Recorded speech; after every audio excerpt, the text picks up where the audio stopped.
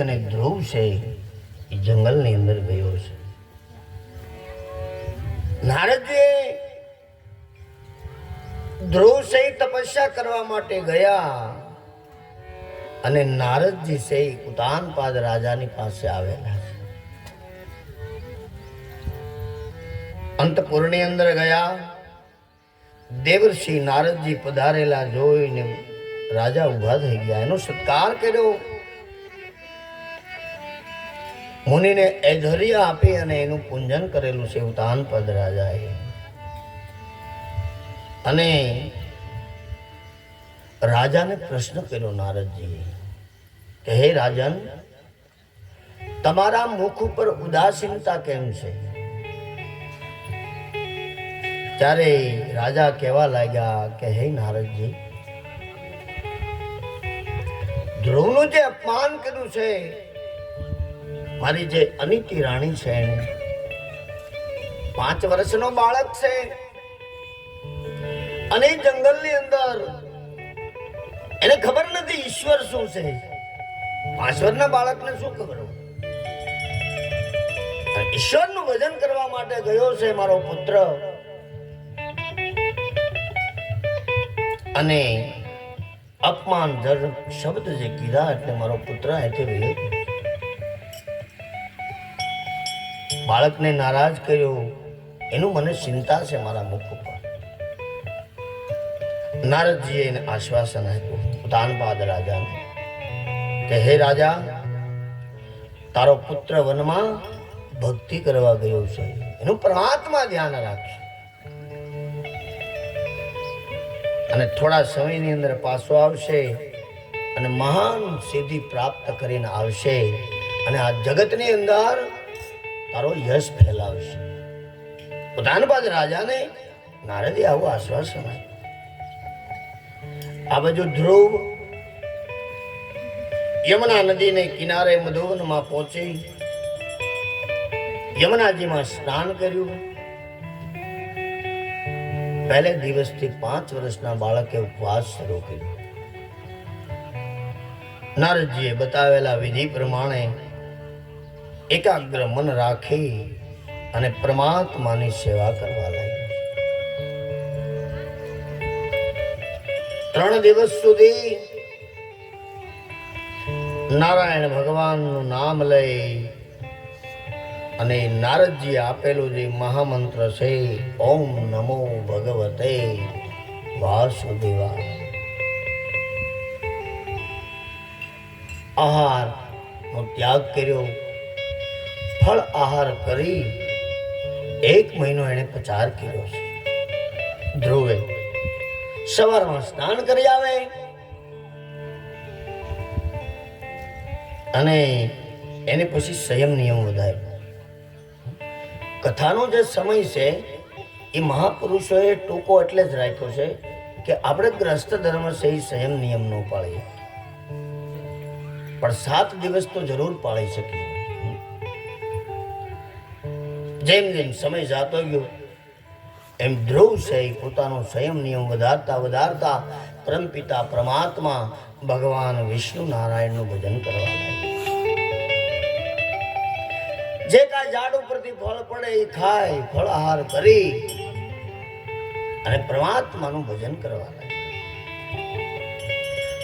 4 મહિના પૂર્ણ થયા અને 12મે દિવસે એને વાયુ ગ્રહણ શરૂ કર્યું. આ શરીર છે એ માતાના ગર્ભમાં જળ તત્વથી બંધાયેલું હોય છે. પેલા જે આયુષ વધારે હતી એનું કારણ એ હતું અન્ન જ્યાં સુધી શરીરમાં ન જાય ત્યાં સુધી આ શરીર છે એની અંદર કોઈ વૈકૃત તત્વ ન આવે. 25 વર્ષ સુધી દૂધના આહાર ઉપર રહેતા. પછી તો ધ્રુવે ખાલી વાયુ લઈ અને પરમાત્માનું ભજન કર્યું. પ્રાણવાયુને જીતી અને બ્રહ્માનું ધ્યાન ધરી અને આ ધ્રુવ છે એ કોઈ પણ જગ્યાએ પોતાનું મન રાખ્યા વગર ભગવાનની સ્વરૂપની અંદર એને લીન કરેલું. આવા ઉગ્ર તપથી ત્રણેય લોક કંપવા લાગ્યા. 5.5 વર્ષની ઉંમરમાં આવું ભયંકર તપ કર્યું છે ધ્રુવે. અને વળી એક પગે ઉભો રહ્યો 6 મહિના સુધી. નારદજી ના કહેવાય સંત ન હો તો સંસાર મેં તો જલી જાત બ્રહ્મા. ગુરુની કેવા પ્રમાણે જો કોઈ શિષ્ય દિશા પકડે તો એ ક્યાંય જીવાત્મા સે ભટકતો નથી. એક વખત દુર્વાસા મુનિ સે ભગવાન શ્રી કૃષ્ણને મળવા માટે આવેલા. અને દુર્વાસા મુનિ છે એનો બહુ ક્રોધ.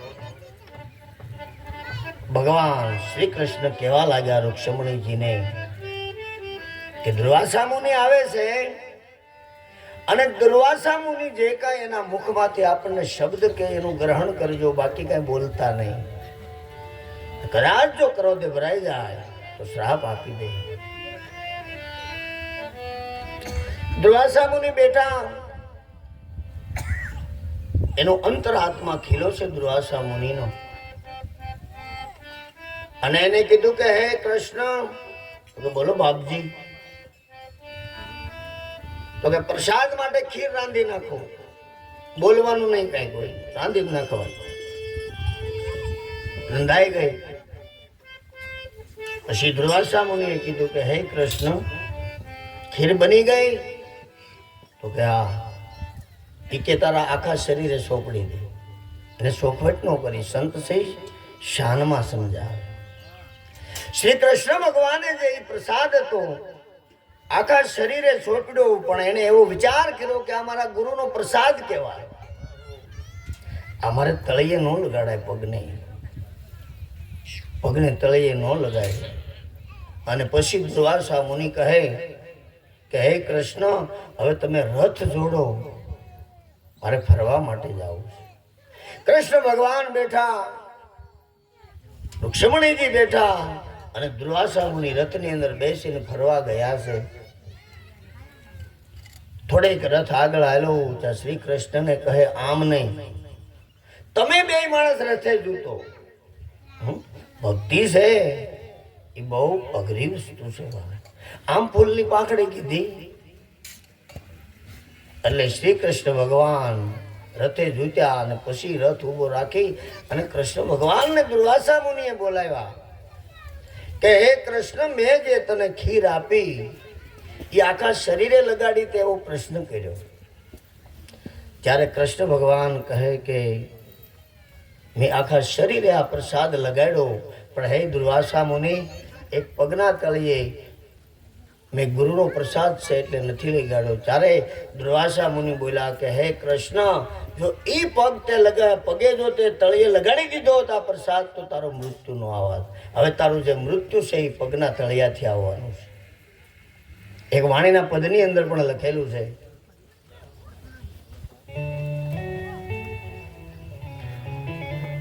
रखे भरोसा गाय ने भैंस का ए उनकी करे वरदासा ए उनकी करे वरदासा ए नहीं भरोसा ने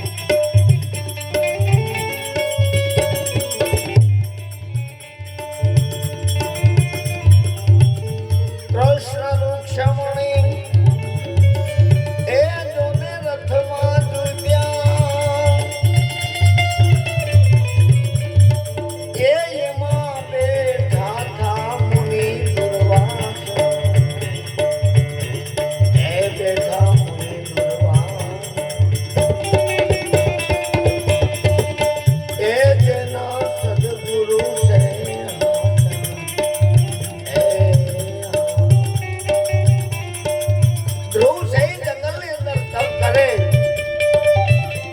પછી તો એને ફળ આહાર બંધ કર્યો. સદગુરુ મહારાજનું નામ લે, નારાયણ ભગવાનનું. 3 લોકની અંદર હાહાકાર થયો અને એક પગે ઉભો રહી અંગુડાથી દબાયેલી પૃથ્વી નૌકાની માફક 3 લોકમાં ખબર પડી દેવતાઓને. જય શ્રી રામ. કોણ આ તપસ્યા કરે? એટલે બધા દેવતાઓ ભગવાન શ્રી હરિને ચરણે ગયા. વિષ્ણુલોકની અંદર ગયા. ભગવાન વિષ્ણુના દર્શન કરીને કીધું કે હે બાપજી,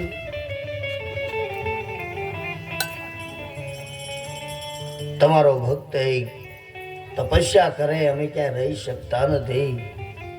આ તપનું તમે કઈક નિવારણ કરો અને તમે એને નિર્ભય બનાવો. બાળક છે, એને ખબર નથી. ભગવાનને પ્રણામ કરીને દેવતાઓ સ્વર્ગલોક તરફ ગયા છે અને ભગવાન ગરુડ ઉપર બેસી ભક્ત ધ્રુવને મળવા માટે આવ્યા છે. ધ્રુવની સમક્ષ ભગવાન યમુના નદીના કિનારે નારાયણ ભગવાન પ્રગટ થયા. છતાં કારણ કે એને તો ઈશ્વરના દર્શન કર્યા નથી. હવે એને કેવું નક્કી છે કે મારે પરમાત્માનું ભજન કરવું.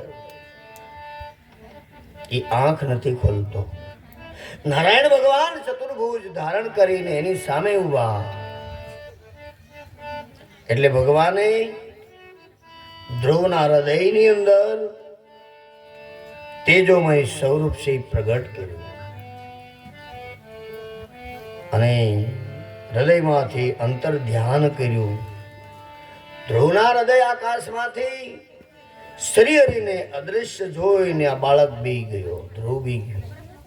એવો પ્રકાશ પરમાત્માએ બ્રહ્મ તત્વનો જે મૂક્યો, ધ્રુવ વિચાર કરવા માંડ્યો કે અત્યાર સુધી આવું કાંઈ જેવું નથી ને આ હું બન્યું. એનું ધ્યાન છૂટી ગયું. આંખ ઉઘડતા હૃદયમાં જે સ્વરૂપ હતું એ સ્વરૂપ નારાયણ ભગવાનનું એને સામું જોયું. સાક્ષાત નારાયણ ભગવાન પધારેલા જોઈને ધ્રુવે એને પ્રણામ કર્યા, પણ કાંઈ બોલીએ ક્યું નહીં. કારણ કે 5 વર્ષનો બાળક અને પરમાત્માનું સ્વરૂપ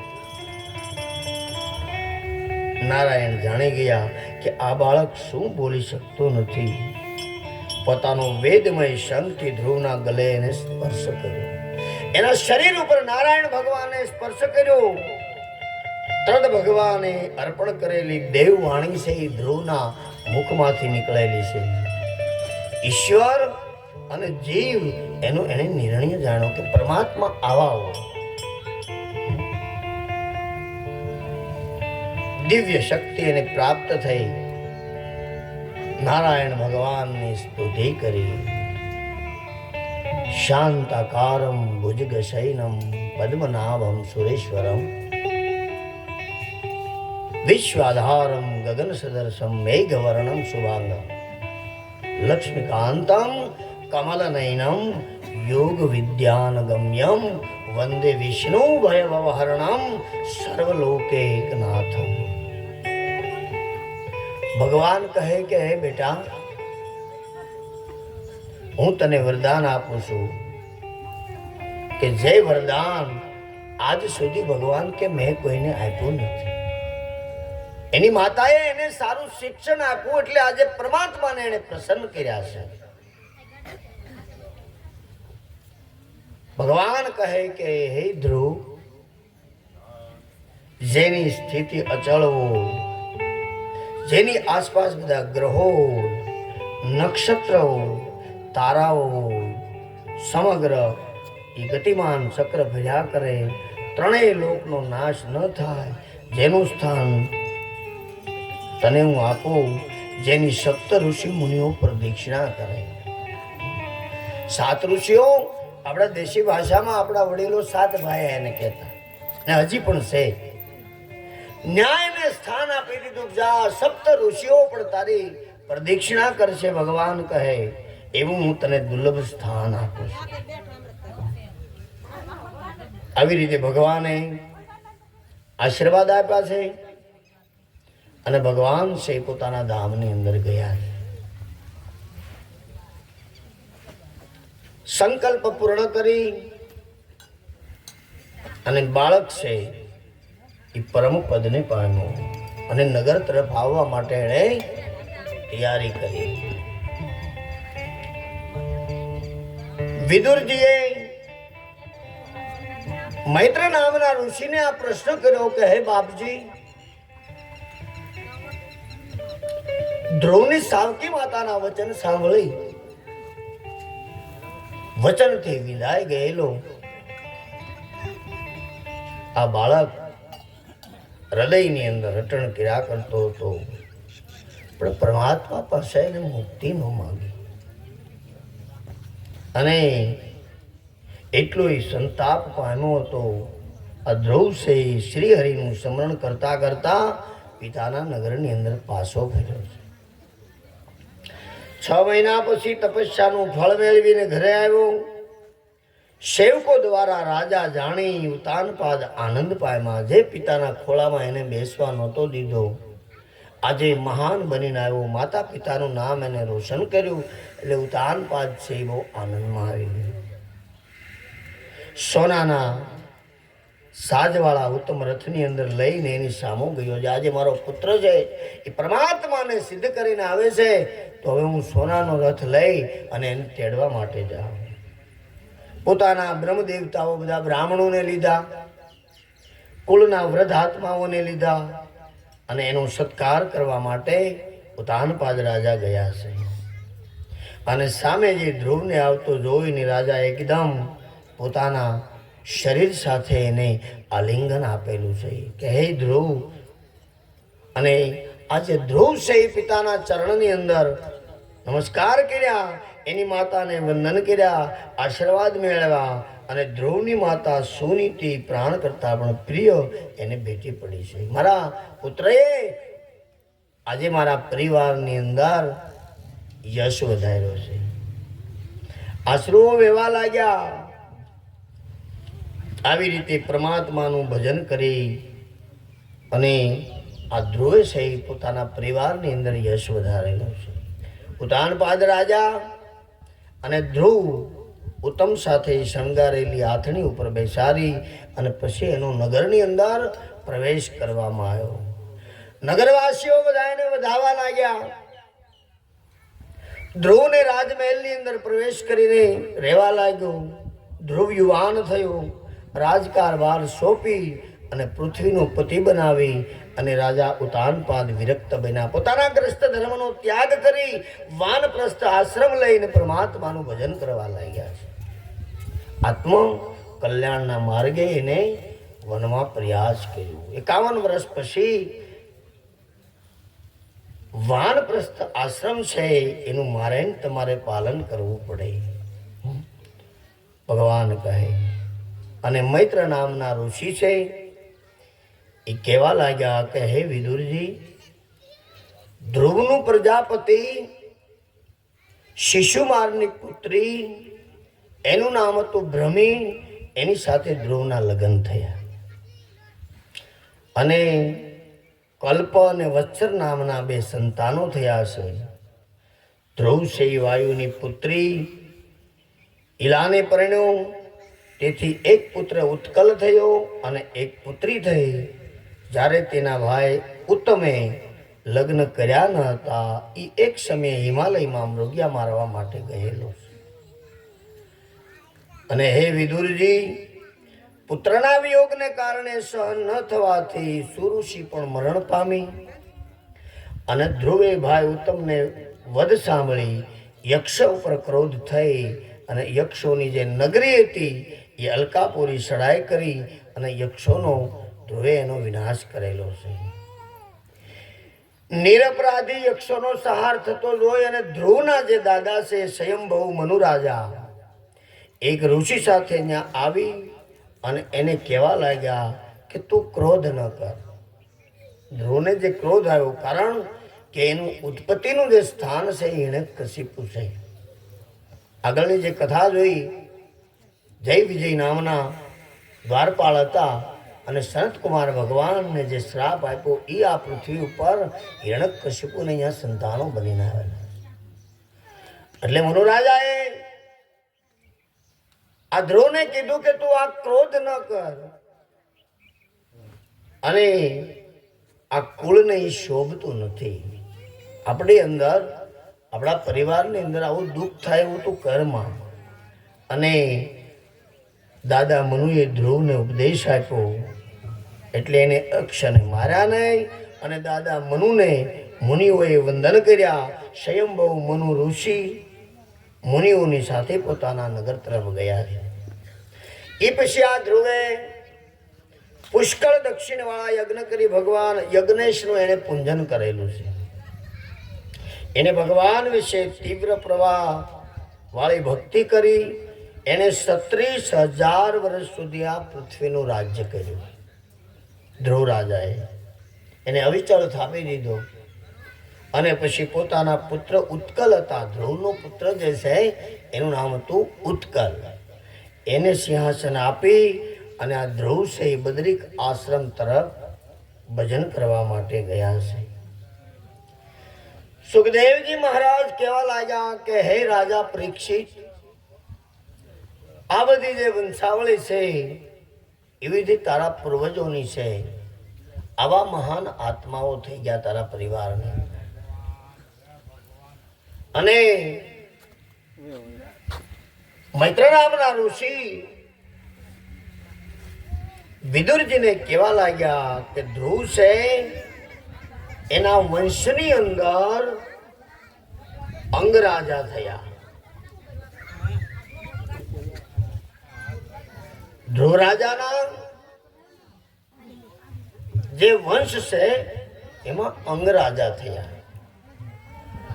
અંગરાજાએ વશીકરણથી વંશ કરી અને એક સ્ત્રી સાથે એને લગ્ન કરેલા. કોઈ સાધનાઓ કરેલી.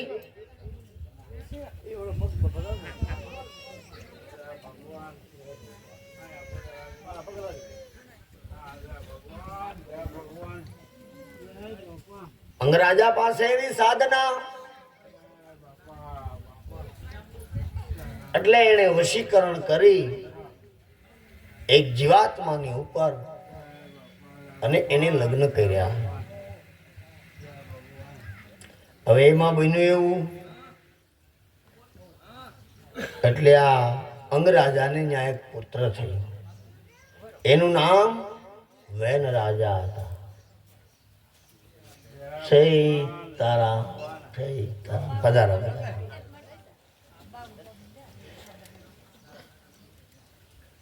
વેન નામનો પુત્ર છે એ અંગરાજાને ત્યાં થયો અને એ અતિશય દુષ્ટ થયો છે. નાનપણથી ક્રૂર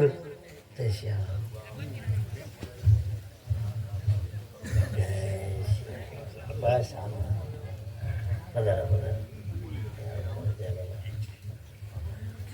બોલીએ બાલ કૃષ્ણ ભગવાન.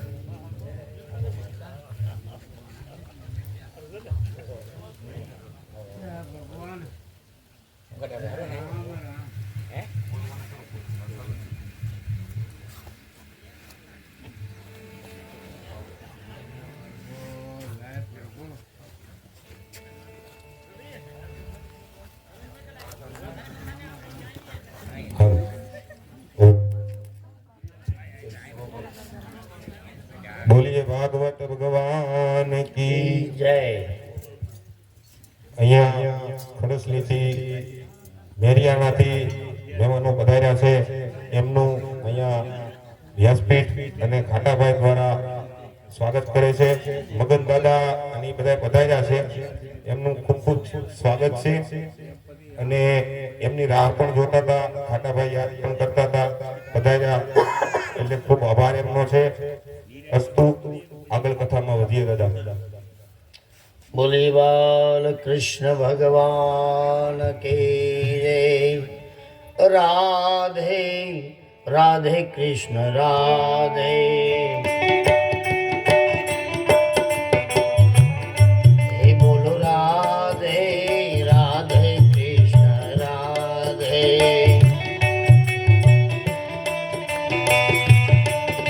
હે રાધે રાધે કૃષ્ણ રાધે.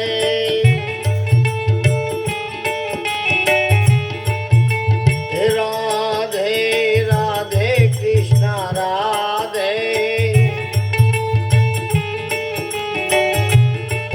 બોલો રાધે રાધે કૃષ્ણ રાધે.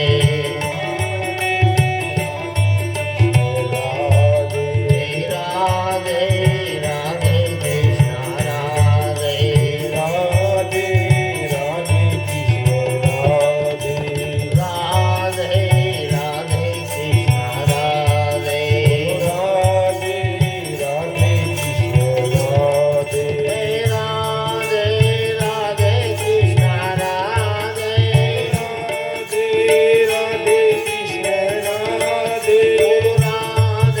રાધે કૃષ્ણ રાધે.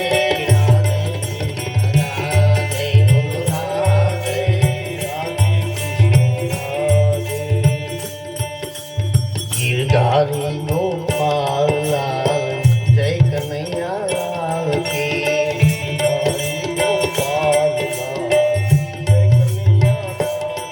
જય જય કનૈયા લાલ કી. જય જય કનૈયા લાલ કી.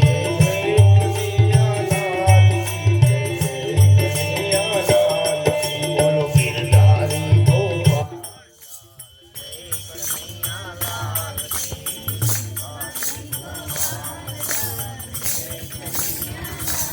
પાત્ર લાવો તો હું તમને આપું પૃથ્વીરાજા. તો હે રાજન, પ્રથમ તમે મને બધી રીતે સરખી કરો. આ પૃથ્વી છે ખાડા ખડિયાવાળી હતી અને વર્ષા ઋતુનું પાણી મારામાં સરખી રીતે રહી શકે એવા આશીર્વાદ માંગ્યા પૃથ્વીરાજા પણ. પૃથ્વીનું હિતકારી વચન સાંભળીને પૃથ્વીરાજાએ સ્વયંભૂ મનુ રાજાને વાસડો બનાવ્યો. કોને વાસરડો બનાવ્યો? જેની હું તમે આ મન્વંતરની કથા સાંભળી રહ્યા.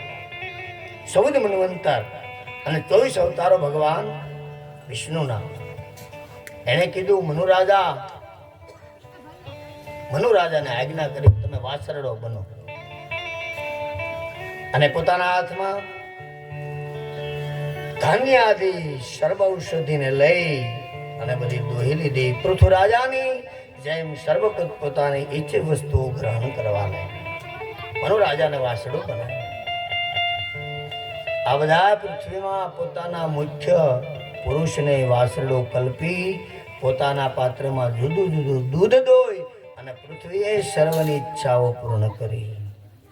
અને પૃથ્વીરાજાએ પછી એને પુત્રી તરીકે સ્વીકારી છે. પૃથ્વીને દીકરી સમાન માની પૃથ્વીરાજાએ પોતાના ધનુષ્યની અણી પર્વતોના શિખરોના છુરા કરી અને ભૂમંડળને અલંગ સપાટ કરી. રાજાએ પ્રજાને રહેવા માટે ગામડા બનાવ્યા, શહેરો બનાવ્યા, લશ્કરી છાવણીઓ તથા નગરોની વ્યવસ્થાની રચનાઓ કરી. ઇન્દ્ર રાજાના વધ કરતા પૃથ્વીએ બ્રહ્માજીને વાળા એની કથા મૈત્ર નામના ઋષિ છે વિદુરજીને કહેવા લાગ્યા. 88,000 ઋષિ મુનિઓને આ કથા સુત નામના પુરાણી નૈમિક સારણની અંદર કહે અને પરમ પવિત્ર ગંગા નદીને કિનારે આ શ્રીમદ ભાગવતની જે કથા છે એ પરીક્ષિત રાજાને જે ઋષિનો દોષ લાગ્યો એના નિવારણ માટે સુખદેવજી મહારાજ કહે અને યમુના નદીને કિનારે આ વિદુરજીને આ કથા ભગવાન કહેવા લાગ્યા કે હે રાજન, પૃથ્વીરાજાએ બ્રહ્માવ્રત નામના મનુના ક્ષેત્રમાં એને 100 અશ્વમેઘ યજ્ઞ કર્યા રાજા મહારાજાઓ શક્તિના ભક્ત બહુ હતા. એટલે રાજેશ્વરી એ તપેશ્વરી, પેલું તપ થઈ જાય પછી રાજ મળે. તપેશ્વરી એ રાજેશ્વરી, અને રાજ મળ્યા પછી જો ધર્મનું કાર્ય ન કરે તો મહા મુશ્કેલી પડે. એટલે યજ્ઞની માટે એને દીક્ષા લીધી, યજ્ઞનો આરંભ કર્યો, અને યજ્ઞની માટે અનેક પ્રકારની સાધન સામગ્રી, દૂધ, ઘી, દહીં, એ રસ બધા નદીઓને આપ્યા છે. નદીઓએ કીધું જો તમે એ પૃથ્વીરાજા તમારે 100 અશ્વમેઘ યજ્ઞ કરવા હોય તો આ વસ્તુ બધી હું તમને આપું. અને પૃથ્વીરાજાએ બધી ભેટ ધરી. યજ્ઞમાં શ્રી હરિએ સાક્ષાત દર્શન આપ્યા. એમની પાછળ બ્રહ્મા, શંકર ભગવાન, લોકપાલો, અન્યાયીઓ અને ભગવાનની સેવામાં સર્વે પૃથ્વીરાજાના યજ્ઞમાં આવ્યા હતા. પૃથ્વીરાજાએ 99 યજ્ઞ કોઈ પણ વિઘ્ન વગર એને પૂરા કર્યા. કેટલા? 99 યજ્ઞ. પરંતુ છેલ્લો યજ્ઞ એને શરૂ કર્યો એટલે ઇન્દ્ર રાજાને એવી ઈચ્છા થઈ કે મારું રાજ્ય લેવા. કારણ કે કોઈ પણ તપસ્યા કરો એટલે દેવતાઓને બહુ ઈર્ષા થાય. મિત્ર એને તો કેટલું ભગવાને આપ્યું. એટલે 99 યજ્ઞ પૂર્ણ કરીને પછીનો જે યજ્ઞ શરૂ કર્યો પૃથ્વીરાજાએ, એટલે ઇન્દ્રને પોતાનું ઇન્દ્રાસન ખોવાની ચિંતા થઈ. એ યજ્ઞમાં વિઘ્ન નાખવા માટે આવ્યા. પૃથ્વીરાજા જ્યારે છેલ્લા અશ્વમેઘ થી વિષ્ણુ ભગવાનનું પૂજન કરવા માંડ્યું એ સમયે ઇન્દ્ર રાજા અદ્રશ્ય રહી. એની પાસે માયા બહુ દેવતાઓ પણ. અશ્વમેઘના ઘોડાનું એને અપહરણ કર્યું કે યજ્ઞની અંદર ઘોડો બાંધવામાં આવ્યો કે આ બધા યજ્ઞ પૂરા થાય પછી એનું જે નિર્વાણ પર જે કાંઈ ક્રિય થાય. પણ હવે 99 યજ્ઞ અને 100મો યજ્ઞ શરૂ થયો એટલે ઇન્દ્ર રાજા અદ્રશ્યપણે આવી અને ઘોડાનું એને અપહરણ કર્યું ને એ અત્રિ ઋષિ ભાળી ગયા, અનસુયા માતાના પતિ. એને ખબર કે આ ઇન્દ્ર રાજા છે એ પૃથ્વી રાજાનો ઘોડો લઈને વયો ગયો છે, એને અપહરણ કર્યું. એટલે પૃથ્વી રાજાના પરાક્રમી જે પુત્રને તેનો નાશ કરવાની પ્રેરણા કરી. પૃથ્વી રાજાને ખબર ન પડવા દીધી. એના જે સંતાનો હતા એને બોલાવ્યા. કોણે? અત્રિ ઋષિએ. કે તારા પિતાએ આ યજ્ઞ પૂરો કરવા માટે જે આ ઘોડો બાંધ્યો એનું અપહરણ થઈ ગયું છે અને તારે જવું જોઈએ. એ સમયે ઇન્દ્રએ જટાધારી ભસ્મ સોળેલા પાંખંડીનો વેશ ધારણ કર્યો. બોલો શિવ બી નહીં. કારણ કે ચંદ્રને બે નહોતું કામ કર્યું ગૌતમ ઋષિના ઘરની અંદર. એક જ ભૂલને કારણે 1000 ભૂલ ઇન્દ્રને ભોગવવી પડી. એટલે આવી રીતે પૃથ્વીપુત્રએ તેને ધર્માત્મા માની તેની ઉપર બાણ ન છોડ્યું. કારણ કે એક છે એ બ્રહ્મ તત્વ છે. ભગવાન શિવનું એને પાત્ર પહેરી લીધું. એટલે એ કીધું કે આપણે મહાપુરુષોને કેમ મારવા? પૃથ્વી રાજાના પુત્ર કહ્યું. એટલે અત્રિ ઋષિએ તેને સાવધાન કર્યું કે હે પૃથ્વીપુત્ર, આકાશ માર્ગે દોડતા ઇન્દ્રની પાછળ દોડ્યો. તરત ઇન્દ્રએ ઘોડા તથા પાખડીનો વેશ ત્યાગ કરીને અદૃશ્ય થઈ ગયો. રાજપુત્રએ ઘોડાને લઈને પાછો પિતાના યજ્ઞની અંદર આવ્યો. કારણ કે આ બધી કપટ વસ્તુ એવી છે કે ગમે ત્યારે જાહેર તો થાય.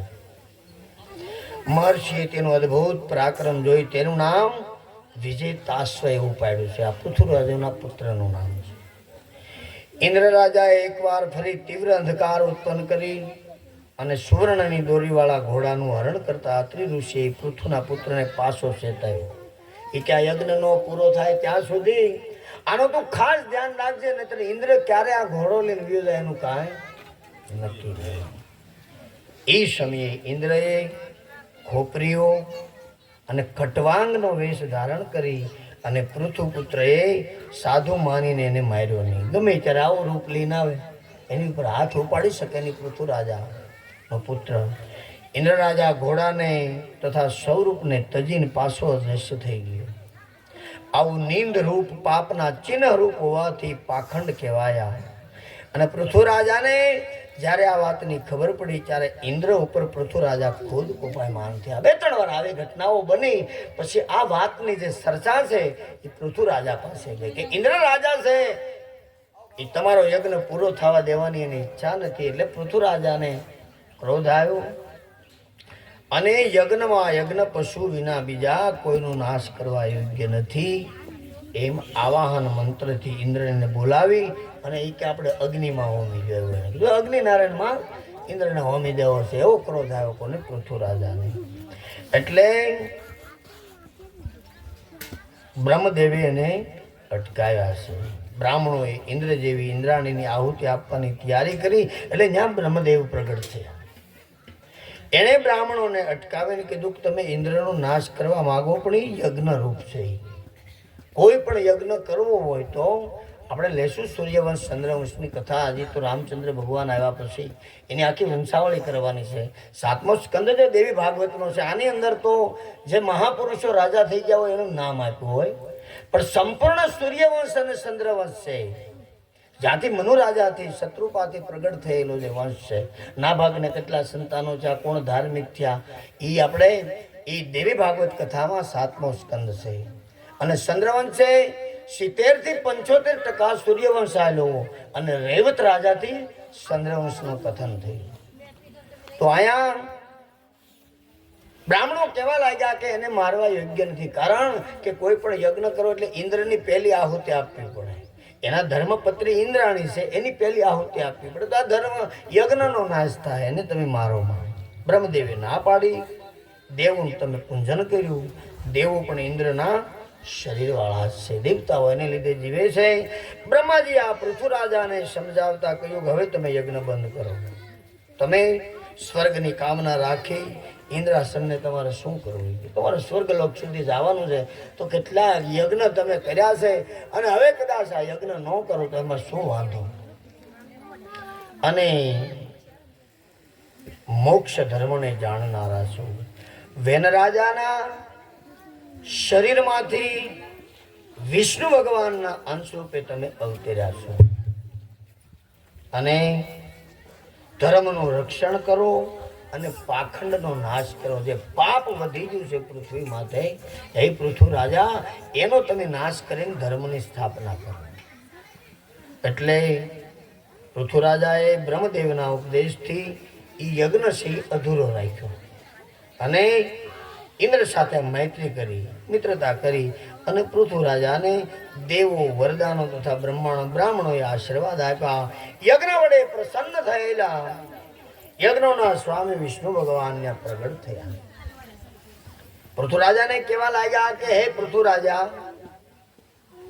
ઇન્દ્રએ તમારા શેલા યજ્ઞનો ભંગ કર્યો, તેથી તે તમારી ક્ષમા માંગે.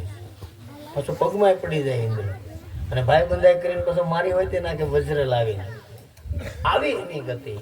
કારણ કે આ જે કથા છે ને એ ભાગવત કથાના જે કથાનો જે પ્રારંભ છે એની અંદર સુખદેવજી મહારાજને આ કથા પરીક્ષિતને કહેતા હતા. એટલે એને સ્વર્ગલોકની અંદર ખબર પડી. એટલે ઇન્દ્ર, બધા દેવતાઓ સમુદ્ર મંથન વખતે જે અમૃતનો કૂપ નીકળ્યો એ દેવતાઓ પાસે હતા. એટલે બધાએ વિચાર કર્યો કે અમર થવા માટેની જે કથા છે એ મૃત્યુલોકની અંદર હાલે છે. હવે તો શું કરવું? એ કે જો સુખદેવજી મહારાજ ભાગવતની કથા આપણને સંભળાવે, દેવતાઓએ આવો નિર્ણય લીધો સ્વર્ગલોકમાં, અને આ જે અમૃત છે એ જો પરીક્ષિત રાજા પી જાય તો આપણે અમર થઈ જાય. દેવતાઓ અમૃતનો કૂપ લઈને મૃત્યુલોકમાં ગંગા નદીને કિનારે પધાર્યા અને સુખદેવજી મહારાજની જે દ્રષ્ટિ છે એ દેવતાઓ પર પડી એટલે કથા એને બંધ કરી દીધી. એવું ભાગવત કથામાં લખેલું છે. દેવતાઓને બોલાવ્યા. સુખદેવજી કહે કે તમારે અહીંયા આવવાનું કારણ શું? એટલે બધા દેવતાઓ કહેવા લાગ્યા કે આ અમૃતનો જે કૂપ છે, એક બ્રહ્મર્ષિનો જે શ્રાપ લાગ્યો છે, તો તમે આ અમૃત એને પાવ, રાજા અમર બની જાય અને કથારૂપી અમૃત આપો. જ્યારે સુખદેવજી મહારાજ બહુ સારા શબ્દ બોલ્યા છે કે હે દેવતાઓ, આ કથા તમારા માટે નથી, આ કથા તો મારા ભક્તોને માટે છે. જે ઈર્ષા કરે છે, દેખાય કરે છે, રાગ કરે છે, દ્વેષ રાખે, વારંવાર અનીતિ ક્રિયા કરે છે કે એને માટે નથી. મને શ્રીમદ ભાગવત કથામાં લખ્યું, આ કથા દેવતાઓને સાંભળવા દેવામાં નથી આવી. તો મારા ને તમારા બડે ભાગ્ય મનુષ્ય તન પાવા, સુરલભ દુર્લભ સબ ગ્રંથ ને ગાવા. આજે કેટલાય જન્મોનું જે પુણ્ય ઉદય થયું હોય ત્યારે કથા સાંભળવા મળે, તો આ કથા તો કેટલા જન્મનું પુણ્ય છે ત્યારે થતી હશે, તો તમે વિચાર કરો. દેવતાઓને આ કથા સાંભળવા મળી નથી. અને આયા પૃથુ રાજાને વિષ્ણુ ભગવાને કીધું કે હવે તમે ઇન્દ્ર રાજા સાથે સમાધાન કરી નાખો, અને સુખ દુઃખ સમાન ભાવ ધારણ કરી અને તમે સમાધાન કરો, અને અંત સમયે ઇન્દ્રિયોને અંતકરણમાં જીતી લો. બહાર વૃત્તિનો જ્યારે ત્યાગ થાય ત્યારે અંતકરણની અંદર સે પરમ તત્વ પ્રગટ થાય.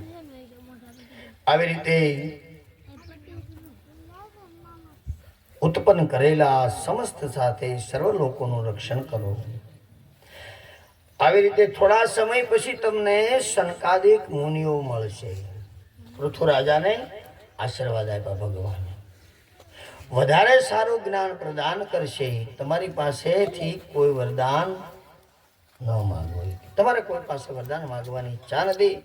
વિષ્ણુ ભગવાને ઉપદેશ સાંભળી પૃથુ રાજાએ ઇન્દ્રને ભેટ આપી, અને એની પાસે જે રાગ અને દ્વેષ હતો એનો એને ત્યાગ કર્યો.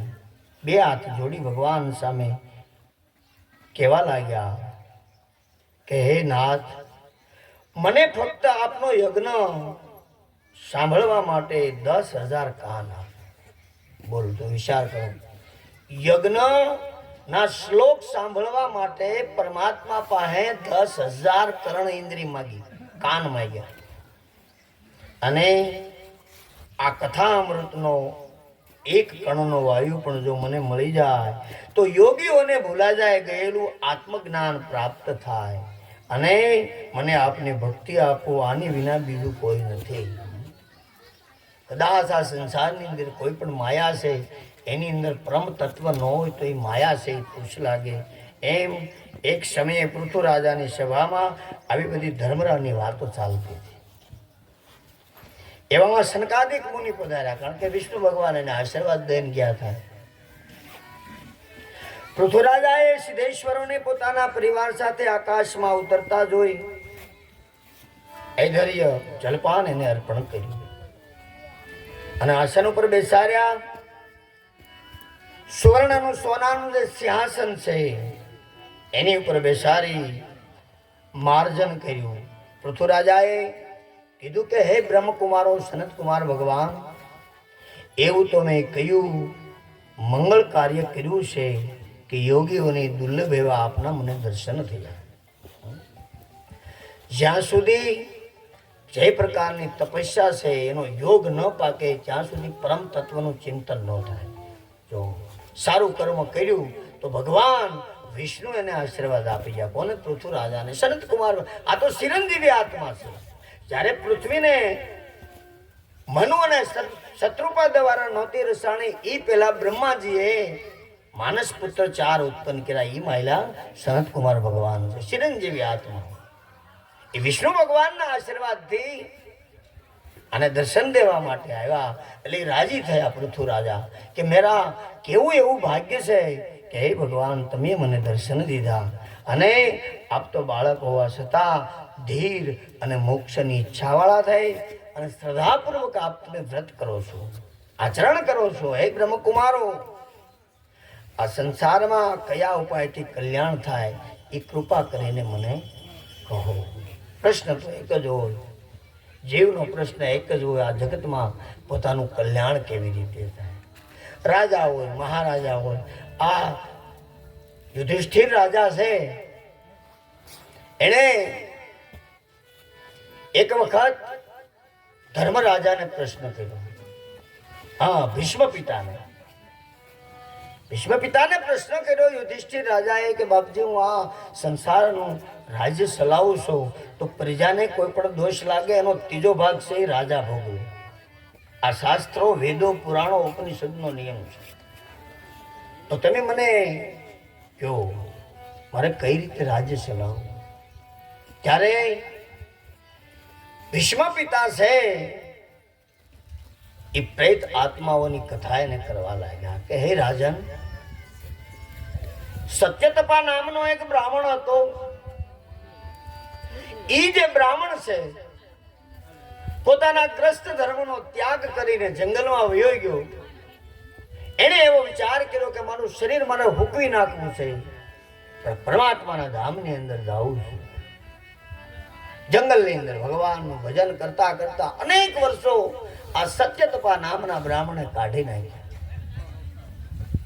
અને આ બાજુ એક જ પરિવારના વૈશ્ય જાતિના 5 ભાઈઓ એવું દુષ્ટ કર્મ કર્યું, એટલે પ્રેત આત્મા થઈને જંગલમાં આટા મારતા હતા.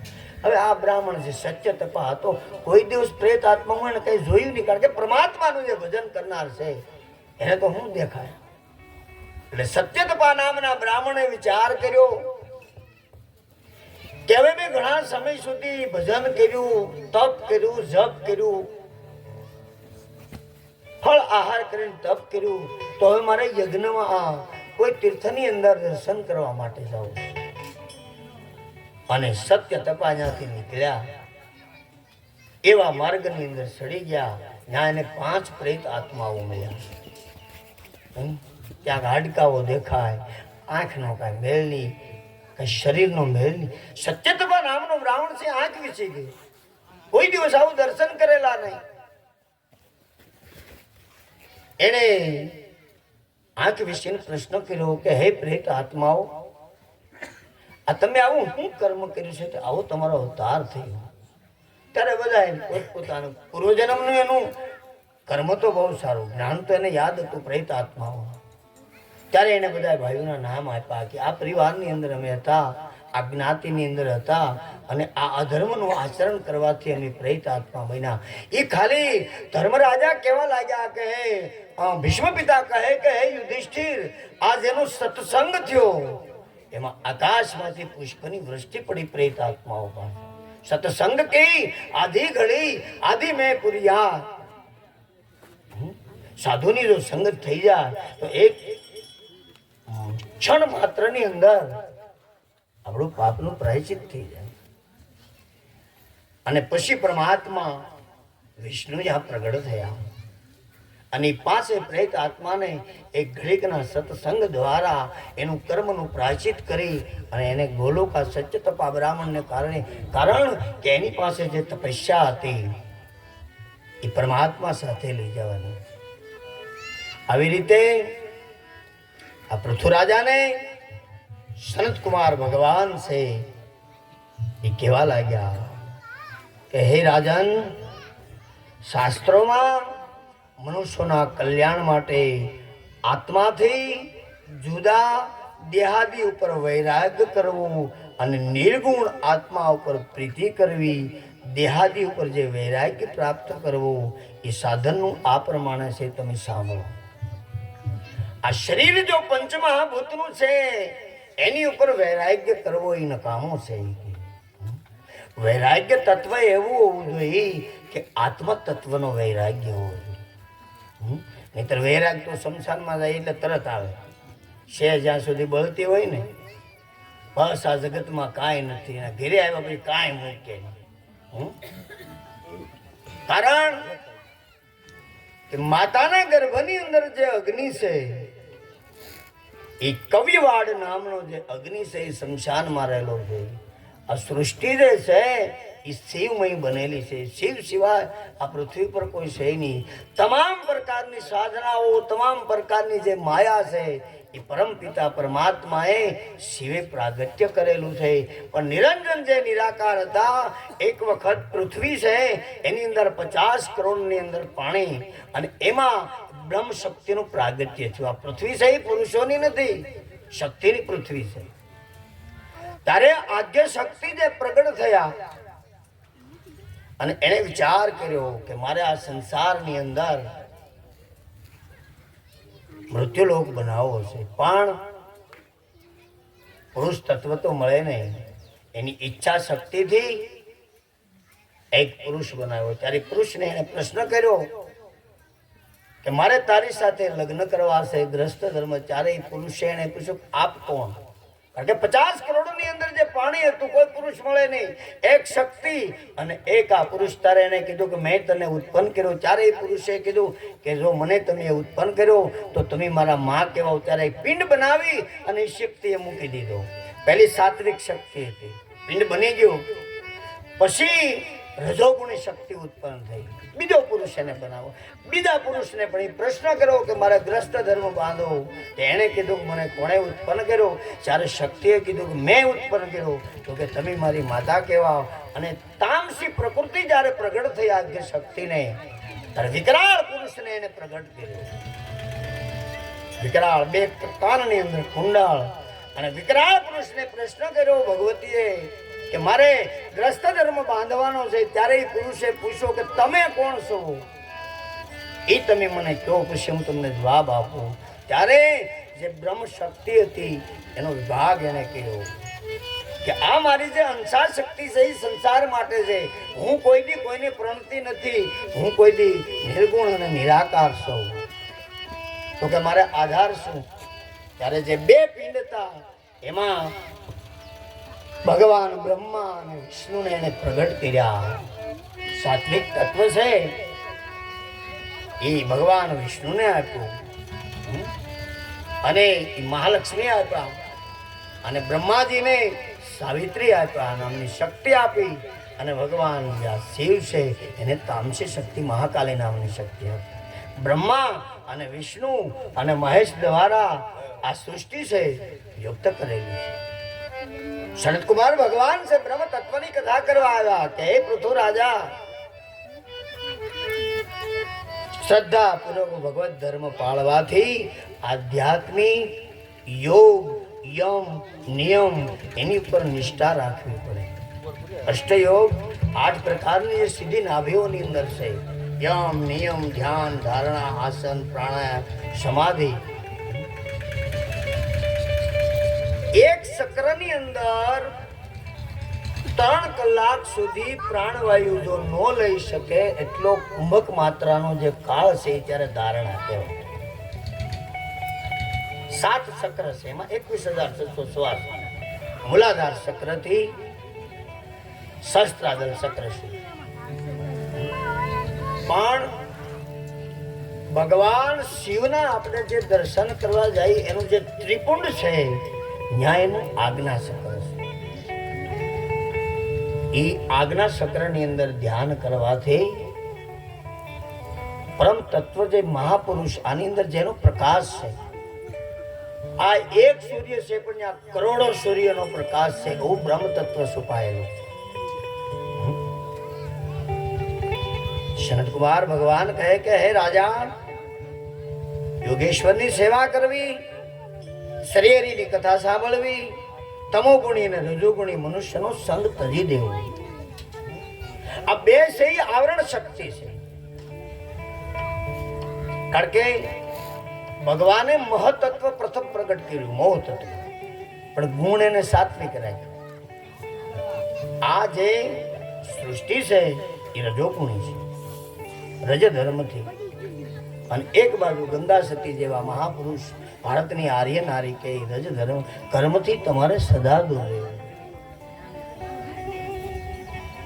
તો શરદ કુમાર ભગવાન કહેવા લાગ્યા કે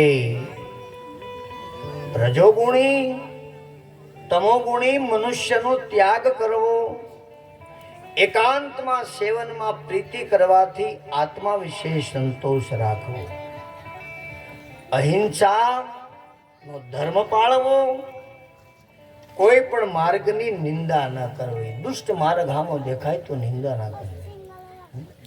કારણ કે કોઈ પણ જીવાત્મા છે એને સત્ય છે કે આ ધર્મ છે એનું પાલન કરે, એની અંદર કાંઈ આપણે કરવું નહીં. કારણ કે કૃષ્ણ ભગવાને કીધું કે મારો કોઈ ભક્ત છે એને દુઃખ આપે ને તો મને ન ગમે, બાકી મને ગમે એવું કહે તો હું સહન કરી જાઉં.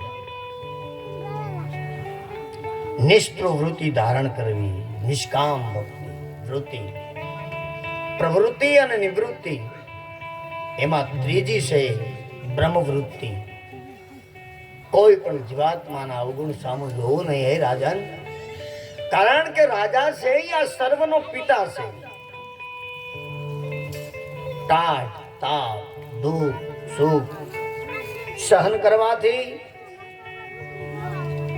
શરીરના ગુણ ગાવાથી દેહ ઉપર વૈરાગ્ય આવે છે. જનક રાજાની કથા જુઓ અને મનુષ્ય નરથી નારાયણ બની ગયા, બાકી કોઈની તાકાત નથી. ભગવાન રામ સૂર્યવંશની અંદર, શ્રી કૃષ્ણ ભગવાન ચંદ્રવંશની અંદર, વૈદેહી સુખદેવજી મહારાજને ગ્રસ્ત ધર્મનું વ્યાસ ભગવાને કીધું અને એની પાસે જે બ્રહ્મ તત્વ હતું, ત્યારે વ્યાસ ભગવાને વિચાર કર્યો કે મેં પુત્ર પ્રાપ્તિ માટે કેટલા તપ કર્યું છે અને આજે મને પુત્ર મળ્યો અને આ ગ્રસ્ત ધર્મ બાંધતો નથી, દુઃખ લાગ્યું. પછી એણે કીધું કે બેટા તું કાંઈક પુરાણ ભણ, કાંઈક શાસ્ત્ર ભણ, વેદ, અને કા તું એક કામ કર, જો તું મારું કયું ન કર તો આપણા સેવક જેને યજમાન કહેવામાં આવે, જનક રાજા સહી વૈદેહ ની અંદર સહી દેશ હતા, વૈદેહ છે જાત, એની પાસે જાત અને ઉપદેશ આપશે. સુખદેવજી મહારાજ ઉત્તર તરફ જવા લાગ્યા પિતાના આદેશથી. હવે જનક રાજાનું રાજ્ય જ્યાં પ્રવેશ કર્યો ત્યાં તો પહેરાદારો ઉભેલા. મનની અંદર શંકા થઈ સુખદેવજીને, કા એટલું બધું રક્ષણ કરવા મોકલ્યો ને આમાં મારા પિતાએ મને આયા મોકલ્યો, આ રાજા કઈ રીતે વૈદેહી છે? એક બીજો દ્વાર, ત્રીજો દ્વાર, ચાલતા ચાલતા જનક રાજાને સમાચાર આપ્યા કે કોઈ દાંડા જેવો પુરુષ છે, ઉપર જટાધારી છે અને વ્યાસના પુત્ર એમ છે, એવું કોઈક આવ્યું છે. એને કીધું ઓહો એ તો મારો ગુરુ પુત્ર છે, આવો લેતા આવો. જનક રાજાએ એના શયનખંડની અંદર સુખદેવજી મહારાજને બેસાડ્યા અને એ તો વૈદેહી હતા. એને ખબર પડી ગઈ કે બ્રહ્મ તત્વનું જે કારણ છે, વૈરાગ્યનું જે કારણ છે, ગ્રસ્ત ધર્મ આને ગમતો નથી, એટલે મારા ગુરુ મહારાજ વ્યાસ ભગવાને આ સુખદેવજીને અહીંયા મોકલેલા. એક દિવસ રોકાણા, બે દિવસ રોકાણા. જનક રાજાના ધર્મ પત્ની સોનૈના અને એને વાત કરી, આપણા ગુરુ પુત્ર આવ્યા, એને શંકા જે છે એ શંકાનું નિર્વાણ પદ દેવા માટે વ્યાસ ભગવાને એને અહીંયા મોકલાશે. એની જે ભ્રમ ગળી ગયેલો છે સુખદેવજીને એ આપણે કાઢવો પડશે. એક દિવસે હું સૂર્યનારાયણ ભગવાન ઉદય પામ્યા, આખો દિવસ સત્સંગ કર્યો, પણ બધું જોઈ અને સુખદેવજીને કઈ બોલે નહીં. જનક રાજાની સામે પણ એને હૃદયમાં એવું થાય કે આટલી બધી સંપત્તિ ભોગવે અને આ વૈદેહી કઈ રીતે? ત્યારે રાત્રિનો સમય થયો, સુખદેવજીને આસન આપ્યું છે જનક રાજાએ અને સુર આવ્યા. સુનૈના પાસે જઈ જનક રાજાએ કીધું કે આપણા ગુરુ પુત્રને જે હૃદયની અંદર બ્રહ્મ તત્વ જે છે એ કાઢવા માટે તમારે એક મારી વાત માનવી પડશે. બોલો. તો પતિવ્રતા નારી, સવારમાં જ્યારે તમે ગાય ધોવા જાઓ ત્યારે એક પણ શરીર ઉપર વસ્ત્ર નહીં રાખતા, હું સુખદેવજીને દૂધ લેવા મોકલીશ. ભ્રમ કાઢવા માટે એને સાક્ષાત બતાવવું પડશે. રાત્રિની પૂર્ણ થઈ, જનક રાજાના કહેવા પ્રમાણે એના ધર્મપત્ની ગાય ધોવા જાય. સુખદેવજી મહારાજને જનક રાજાએ બોલાવ્યા કે હે સુખદેવજી અહીંયા આવો, આલ્યો આ લોટો, તમારી માતા જે ગાય ધોવા જશે તમે દૂધ લેતા આવો. અને જ્યાં દૂધ લેવા ગયા સોનૈના ઉપર વસ્ત્ર ન લેવી આવ્યા. જનક રાજાએ તરત પ્રશ્ન કર્યો કે હે સુખદેવજી, તમે દૂધ કેમ ન લાવ્યા? ત્યારે સુખદેવજીએ કીધું, મારી માતાએ વસ્ત્ર નથી પહેર્યા. ખાસ સાંભળજો કથા. એવો પ્રશ્નનો જવાબ જનક રાજાએ આપ્યો કે સુખદેવજી, તમારી બ્રહ્મ દ્રષ્ટિ નથી. તમારી માતાએ વસ્ત્ર નથી પહેર્યા તો ગાયે વસ્ત્ર પહેર્યા છે, અને એની બ્રહ્મ દ્રષ્ટિ ખુલી ગઈ. સુખદેવજીના લગ્ન પછી સુખદેવજીને 4 સંતાનો ભાગવત કથા બતાવે. કારણ કે અંત સમયે જો ગ્રસ્ત ધર્મની ઈચ્છા થઈ હોય તો આ જીવાત્મા છે ભૂતવનીની વિયોજાય, 84 લક્ષમાં વિયોજાય. એટલે પરમાત્માએ ગ્રસ્ત ધર્મનું પાલન કરતા કરતા પરમ તત્વનું નામ લઈ અને અંત સમયે નિર્વાણ પદ તરફ જવા માટેની આ કથાઓ બનાવી. હવે સુખદેવજી, તમે વિચાર કરો, આ સંસાર છે, આ પંચ મહાભૂત, પ્રાણાય સ્વાહા, અપાનાય સ્વાહા, વ્યાનાય સ્વાહા, સમાન આ પ્રાણ તત્વ છે. ગુદા દરવાજે જે છે અપાન તત્વ હાલતું હોય અને પ્રાણ તત્વ છે હૃદયમાં હાલતું હોય. આની જો એકતા કરાવે વહી સદગુરુ હમેરિયા. બે અંતરની આટી કીધું ને, ગંગા સીધી આટી જ્યારે છૂટે અંતરતણી નો છૂટે. છે 4 આંગળ જ આગો પરમાત્મા. સર્વોદય કથા વાંચી લેજો. પરમાત્મા શિવની પાર્વતીને જ્ઞાન આપ્યું કૈલાસની અંદર 4 આંગળ. એટલે આવી રીતે સુખદેવજી મહારાજને કથા કરી અને સુખદેવજીનું જે કાંઈ અહંકાર તત્વ હતું નાશ કરી અને એ પછી પાછા વ્યાસ ભગવાન પાસે આવી અને એને કીધું કે હવે તમે મને ભાગવત ભણાવો. આ જે કથા છે એ મૈત્ર નામના ઋષિ છે એ વિદુરજીને કહેવા લાગ્યા. અને અહીંયા સનતકુમાર ભગવાન છે એ કથા પૃથુરાજાને કહે કે હે રાજન, આ સંસારની અંદર કોઈ પણ માર્ગ હોય ધર્મનો, અધર્મ કરીને કોઈ જીવાત્મા કદાચ એ ધર્મને માનીને માર્ગ કરતો હોય તો એમાં જ્ઞાની પુરુષે ધ્યાન ન દેવું. કારણ કે એ આવરણ આવવાથી પોતાના શ્વાસાશય નાશ થઈ જાય. નિષ્પ્રવૃત્તિનું ધારણ કરવું, ઇન્દ્રિયોના વિષયનું ચિંતન તો કરવું જ નહીં. ઇન્દ્રિયોને બહુ વિહળ ન બનાવવી. મનુષ્યને સર્વ અર્થ રૂપમાં આત્મા વિનાશનું કારણ છે. ધર્મ, અર્થ, કામ અને મોક્ષ આ 4 પુરુષાર્થોમાં મોક્ષનું સર્વોત્તમ છે. 4 યુગ ભગવાને બનાવ્યા. આમ તો બધા પુરાણ શાસ્ત્રો છે એ સપ્તપદી 7 ફેરાઓ છે, પણ કલિયુગની અંદર એટલું બધું ધર્મનું પ્રચરણ ઓછું થઈ ગયું, બધું કપાવાનું હાલ છે ભાઈ. ઈ છે તો કે હાલ છે, નો ચાલે, ધર્મ નાશ થઈ જાય. કારણ સનતકુમાર ભગવાન કહેવા લાગ્યા કે હે રાજન, આ સંસાર સાગરમાં અનેક સંકટ રહેલા છે. એને તરવા માટે વાસુદેવ રૂપી જો વાણ મળે તો જ આ જીવાત્મા તરી શકે, નહીતર ગમે ત્યાં ભેખાડાની અંદર ભટકાઈ જાય, એનું કાંઈ કહી શકાય નહીં. પૃથ્વીરાજાને આત્માનો ઉપદેશ આપ્યો. જે પ્રકારની સત્તા જેની પાસે હોય એ સત્તાનો જ ઉપયોગ કરવો પડે, નહીતર ધર્મને હાનિ થાય ને થાય. બ્રાહ્મણ છે આ જગતને વિદ્યાનું દાન ન આપે તો ધર્મની હાનિ થાય. ગુરુ છે એ આત્માનું સંપૂર્ણ જ્ઞાન આપી અને આત્મ તત્વ તરફ જીવાત્માને ન લઈ જાય તો ધર્મને હાનિ થાય. એમ પૃથ્વીરાજાને આત્મ તત્વની ગતિનો ઉપદેશ કર્યો. પૃથ્વીરાજાએ કીધું કે હે બ્રહ્મન, આપે મને એ આત્મદર્શનનું જ્ઞાન કરાયું, હવે હું તમને ગુરુ દક્ષિણા તરીકે શું આપું? કારણ કે ઋણ સંબંધ તો છે જ. નહીતર સદગુરુ મહારાજ જે છે ને એ એક અક્ષર આપે ને તો કદાચ 1000 વાર આ શરીર જન્મ લે તો ગુરુના ઋણમાંથી મુક્ત ન થાય. શિવ સર્વોદય કથામાં ભગવતી આદ્ય શક્તિ જે ઉમિયાજી છે એને શિવે કૈલાસ ઉપર આ કથા કરેલી છે કે હે સતી, સદગુરુનું કોઈ ઋણ મુક્ત થવાનું નથી, કારણ કે આ પૃથ્વી ગુરુમય બનેલી છે. અને બોલો મારા પ્રાણ આપો.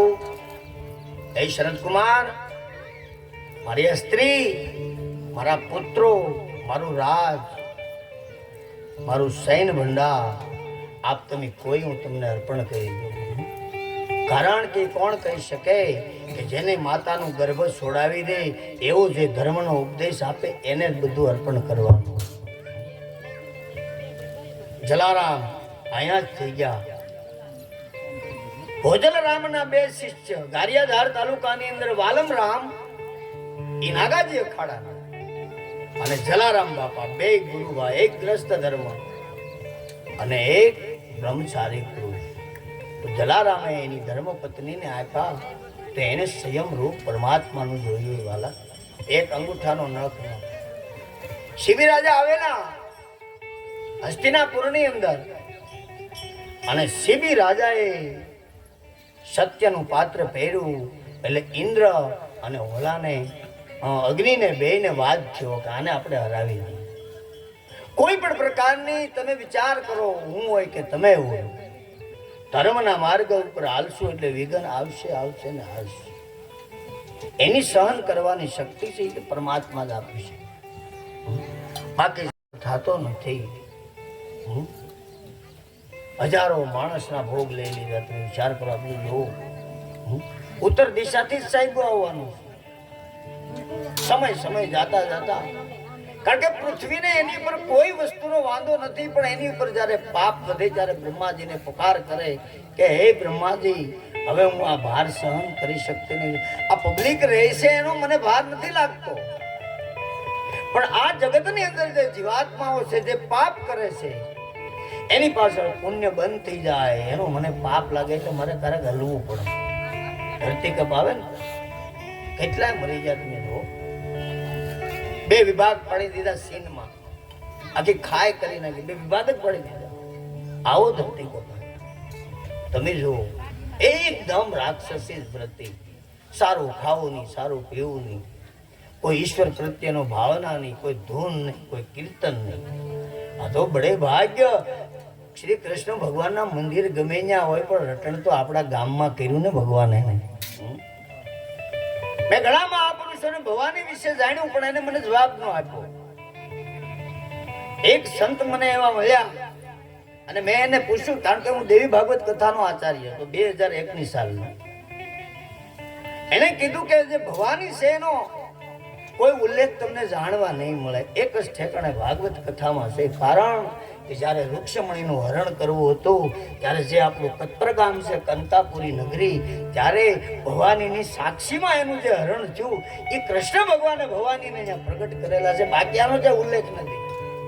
આવી શક્તિઓ આપણા કાઠિયાવાડની અંદર પરમાત્મા લાવેલા છે. જો છે ને લીલા લહેર જુઓ, શાંતકુમાર ભગવાને આત્માનું જ્ઞાન અને દર્શન કરાવ્યા. ગુરુ દક્ષિણે કીધું કે તમે જો, કારણ કે સર્વ કાંઈ છે એ બ્રહ્મનું જ છે. એ શનકાદિક મુનિ, આમ કહી પૃથુરાજાએ શનકાદિક મુનિની પૂજા કરી. એટલે રાજાને આશીર્વાદ આપી અને શનકાદિક મુનિ છે એ આકાશ માર્ગ તરફ ગયા છે. ધર્મનું રક્ષણ કરવા માટે કોઈ એના વિભૂતિ અવતારો છે, કોઈ એના અંશા અવતારો છે. એકવાર પૃથુ રાજા પોતાને વૃદ્ધ થયેલ જાણી રાજ્યનો કારભાર છે પોતા પુત્રને સોંપવાની ઈચ્છા કરી. પોતાના ધર્મપત્ની સાથે વનની અંદર વાનપ્રસ્થ આશ્રમમાં ભજન કરવા માટે જવાની ઈચ્છા કરી. સર્વ ઇન્દ્રિયોને જીતી લઈ બ્રહ્મચર્યનું વ્રત પાળ્યું. 2 માણસ પ્રાણવાયુને પણ જીતી લીધું. આની ઉપર બહુ આધાર છે. આ તો બધી સૂક્ષ્મ કથાઓ છે. તેમની તપસ્યા સિદ્ધ થઈ, સર્વ કર્મનો નાશ થયો, અંતકરણ નિર્મળ થયું, ભગવાન વિશે ભક્તિ ઉત્પન્ન થઈ, વાસ્તવિક બુદ્ધિ પ્રાપ્ત થઈ અને પૃથુરાજાએ મનને દ્રઢ કરી પરમાત્મામાં જોયું. દેહના જે પ્રારબ્ધ કર્મ છે એ પૂરા થતા પોતાનું શરીર એને છોડ્યું. કારણ કે પ્રારબ્ધ કર્મ છે એ જેનું પાંગળું હોય એને માટે પરમાત્મા ગોતવા મુશ્કેલી, સદગુરુ ગોતવા મુશ્કેલી. અને સારું કર્મ હોય તો જ જ્ઞાન ઇન્દ્રિય દ્વારા સદગુરુની શોધ થાય. અને પૃથ્વીરાજાના વંશમાં બહિર્ષ નામનો રાજા થયો. આ રાજા ભૂમંડળને યજ્ઞનું સ્થાન બનાવ્યું. તેણે એકની પાછળ બીજો યજ્ઞ એમ કરતા કરતા દર્ભ એટલે ડાભ પાથરીને આખી પૃથ્વીને ભરી દીધી. એટલે તેનું નામ પ્રાચીન બહિર્મર્ષ પડ્યું છે.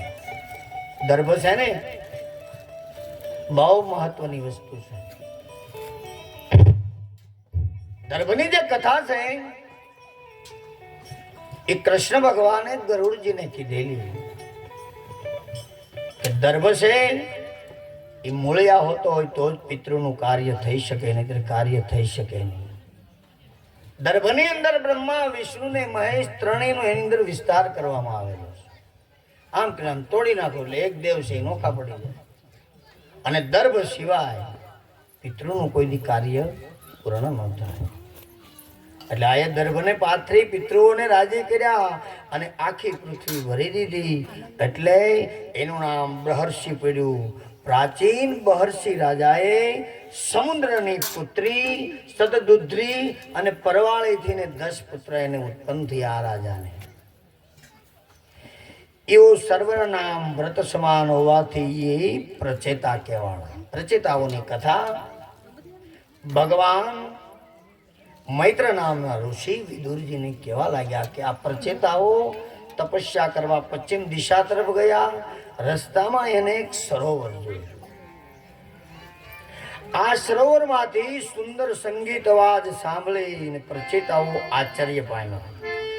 ગાયન વાદન સરોવરમાંથી અવાજ સાંભળી અને ભગવાનની સ્તુતિ કરતા કરતા ભગવાન શંકરના તેમને દર્શન થયા.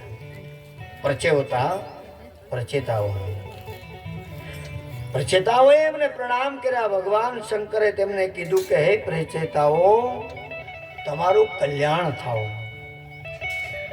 મેં તમારા મનની કર્તવ્ય ઈચ્છા જાણી મેં તમને દર્શન આપ્યા. ભગવાનના ભક્ત છો, તેથી ભગવાનની માફક મને પ્રિય છો. એ મેં તમને ઉપદેશ આપવા માટે એક રુદ્રગીત નામનું સ્તોત્ર બનાવ્યું. પ્રચેતાને ભગવાન શંકરે રુદ્રગીતનું સ્તોત્ર આપ્યું અને ઉપદેશ આપી ભગવાન શંકર રાજપુત્રના દેખતા અદ્રશ્ય થયા છે.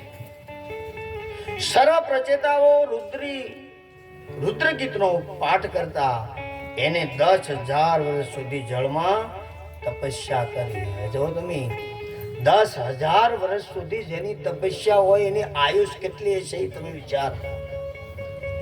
જે કદાચ 5,000 વર્ષ સુધી કોઈની અને બાધે તો 5,000 વર્ષ પીડ્યા. એવું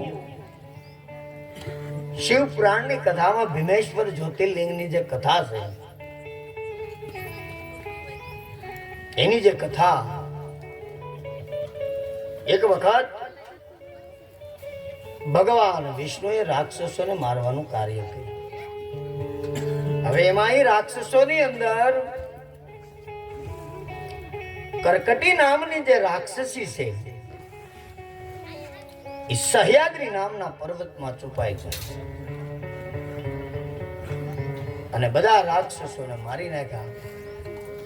પણ આ કર્કટી નામની રાક્ષસી એ જીવતી રહી ગઈ અને કોઈ સમયે લંકામાંથી રાવણનો ભાઈ જે કુંભકર્ણ છે એ સહ્યાદ્રી પર્વત ઉપર ગયો અને એના અંશ દ્વારા એને એક પુત્રનો જન્મ થયો. કર્કટી નામની રાક્ષસ. સમય જતા જતા એનું નામ ભીમ એવું પાડવામાં આવ્યું. શિવપુરાણની કથા છે. મોટો થયો એટલે પ્રશ્ન કર્યો એની માતાને, કર્કટી નામની રાક્ષસીને, કે હે માતા, મારા કોઈ ભાઈ નથી, મારા પિતા નથી, આપણા કોઈ સગાવાલા, આપણે મા દીકરો બે જ છીએ આ પર્વત ઉપર. ત્યારે કર્કટી નામની રાક્ષસીએ કીધું કે હે પુત્ર, તારો ને મારો જે પરિવાર હતો એ ઋષિ મુનિઓએ મારી નાખ્યો હતો. હું એક આયા સહ્યાદ્રી નામના પર્વતની ગુફામાં આવી ગઈ. કોઈ ઋષિ મુનિઓએ મને ભાળી નહીં એટલે હું જીવતી રહી ગઈ. અને તારો જે પિતા છે એ લંકાની અંદર જે કુંભકર્ણ છે એ લંકાની અંદર રહે છે. અહીંયા તો આપણે મા દીકરો બે રહી. હવે આ ભીમ રાક્ષસને ઋષિઓ પ્રત્યે એવો ક્રોધ આવ્યો, કારણ કે 50 વર્ષ સુધીમાં એક ક્ષણ પણ જો પરમાત્માનું જીવાત્મા ભજન ન કરે તો અંત સમયે એને જે બીજક વાયુ હોય માયા રૂપી એ જ યાદ આવે, પરમાત્માનું નામ યાદ ના આવે. આ મહાપુરુષો છે એ ગ્રસ્ત ધર્મનો ત્યાગ કરે, પોતાના પરિવારનો ત્યાગ કરે, કારણ કે એને ડર છે કે આવતા જન્મમાં 84 લક્ષ યોનિની અંદર આ શરીર ન જાય, એટલા માટે પરમાત્માનું ભજન કરે.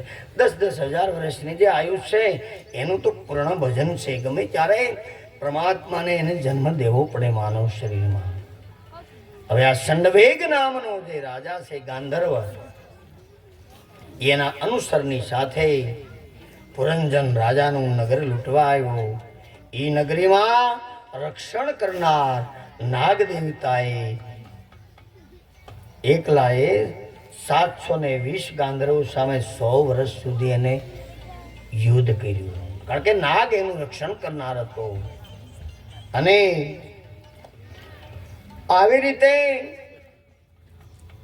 હે વિદુરજી, જ્યારે ક્ષીણબળ થયું ત્યારે બધા મોટી ચિંતામાં પીડ્યા. અને રાજાને આટલું બધું થયું છતાં એની આંખ ઉગડી નહીં. તેણે નજીક આવેલા ભાઈને એને જાણ્યો નહીં. એને ખબર ન પડી કે મને મૃત્યુ આવશે. નારદજી આગળ બોલવા લાગ્યા, કાળની એક કન્યા વરને ગોતવા માટે નીકળેલી.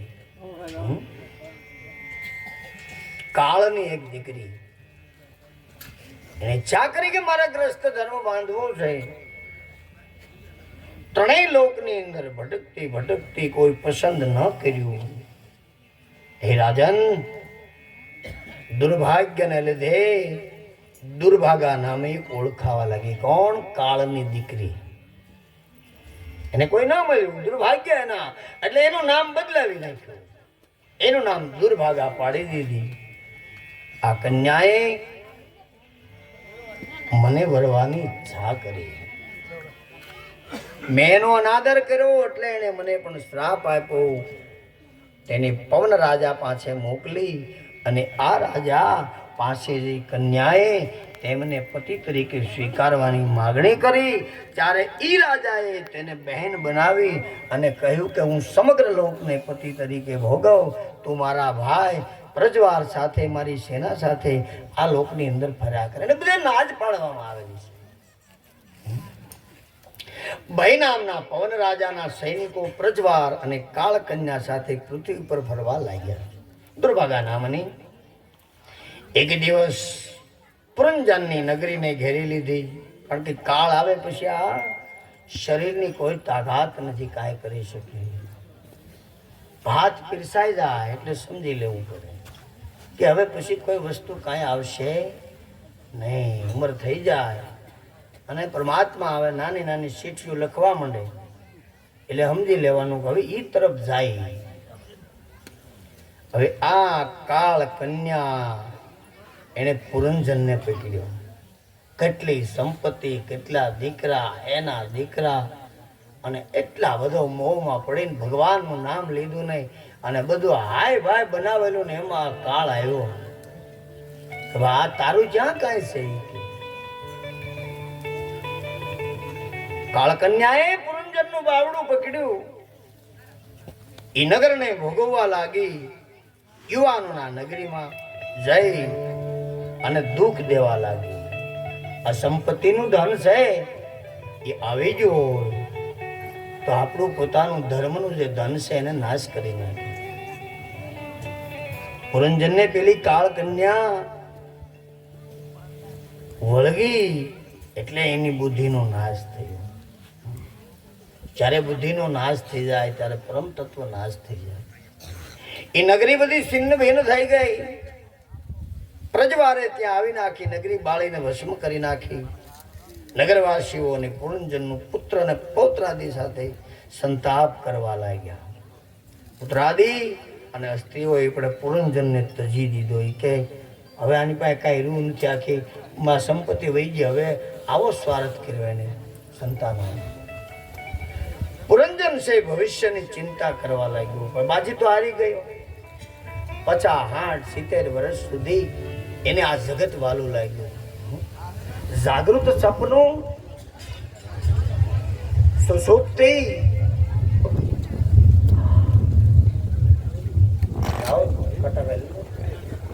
બે પાના લાવો. હા, વાયુદેવ પધાર્યા છે. પ્રણામ છે. આપ તો હવારમાં આપણે એને આવાહન તો કરતા જ રહી છીએ, પધારીએ પવન કુમાર. એટલે આવી રીતે આજે પુરંજન છે એને વિચાર કર્યો કે હવે આનો કાળ મારે લાવવો છે. સંપત્તિ હતી અને બધી બાળીને ભસ્મ કરી છે, નગરી છીનભીન કરી. પુત્ર પૌત્રાદિ સંતાપ કરવા લાગ્યા. પુત્ર આદિ સ્ત્રીઓએ પુરંજનને તજી દીધો. પુરંજન પોતાના ભવિષ્યની ચિંતા કરવા લાગ્યો અને પુરંજન મરતી વેળાએ અંત સમયે જે સ્ત્રી સાથે દ્રસ્ત ધર્મ બાંધ્યો એનું એને સ્મરણ કરજો. અંત સમયે સહેલો શ્વાસ જે હાલતો હોય, 21,600 શ્વાસા, એમાંથી સહેલો શ્વાસ જે હોય ત્યાં મારો તમારો જન્મ હોય છે. 50 વર્ષ સુધી, 51 વર્ષ સુધી આ પુરંજન રાજાએ માયામાં ધ્યાન દીધું. એ સ્ત્રી ઉપર મહતત્વ જે ઉત્પન્ન થયું એટલે મરણ સમયે પરમાત્મા યાદ ન આવ્યા, એની સ્ત્રીને ધ્યાનમાં આવી. બાજી બધી બગડી ગઈ. મૃત્યુ ને જન્મ આ 2 દિવસ જ મારા ને તમારા છે, બાકી બીજું તો આનંદ જ છે. એ તો પુણ્ય છે એટલે આપણી આયુષ્ય છે, પુણ્ય ઓછું થઈ જાય. નહીતર સતયુગ થી દ્વાપર યુગના અંત સુધી માતા પિતાની હાજરી હોય તો કોઈ સંતાનોનું મૃત્યુ ન થતું. આવું કૃષ્ણ ભગવાને કીધું. પણ હવે કર્મને આધીન થઈ ગયું. આજે માતા પિતા બેઠા હોય, 18 વર્ષની ઉંમરના આ પુરુષો છે એ વ્યાજ આવ્યા. એટલે એનો બીજો અવતાર વિદર્ભ રાજાને ઘેર કન્યાના વૈદર્ભ તરીકે અવતાર ધારણ કરી અને પાંડ્ય દેશના રાજા મલ્યધવજ સાથે એના લગ્ન થયા. જો અંત સમયે સ્ત્રીનું સ્મરણ થયું એટલે એનો બીજો અવતાર આ થઈ ગયો. આ તો જે કાંઈ સંપત્તિ કરી હતી તો બધું સત્યાનાશ થયું પુરંજન રાજા. તેમને એક પુત્રી થઈ, 7 દીકરાઓ થયા. તેમણે પુત્રીને ત્યાં અગસ્ત્ય ઋષિ સાથે એને પરણાવી, અગસ્ત્ય મુનિ. અને પોતાના 7 પુત્રોને પૃથ્વી વેચી પોતે ભગવાનની આરાધના માટે કુચાચલ પર્વત ઉપર પ્રયાણ કર્યું અને વૈદર્ભી ગઈ ટાઢ તાપ વાયુ વરસાદને સહન કરી અને પ્રાણવાયુ જીતી અને મનને બ્રહ્મ વિશે જોડી દઈને દેવતાના વર્ષ સુધી જય સિયારામ એક સ્થળ ઉપર રહી અને તપ કરતા આત્માનો સાક્ષાત્કાર કર્યો.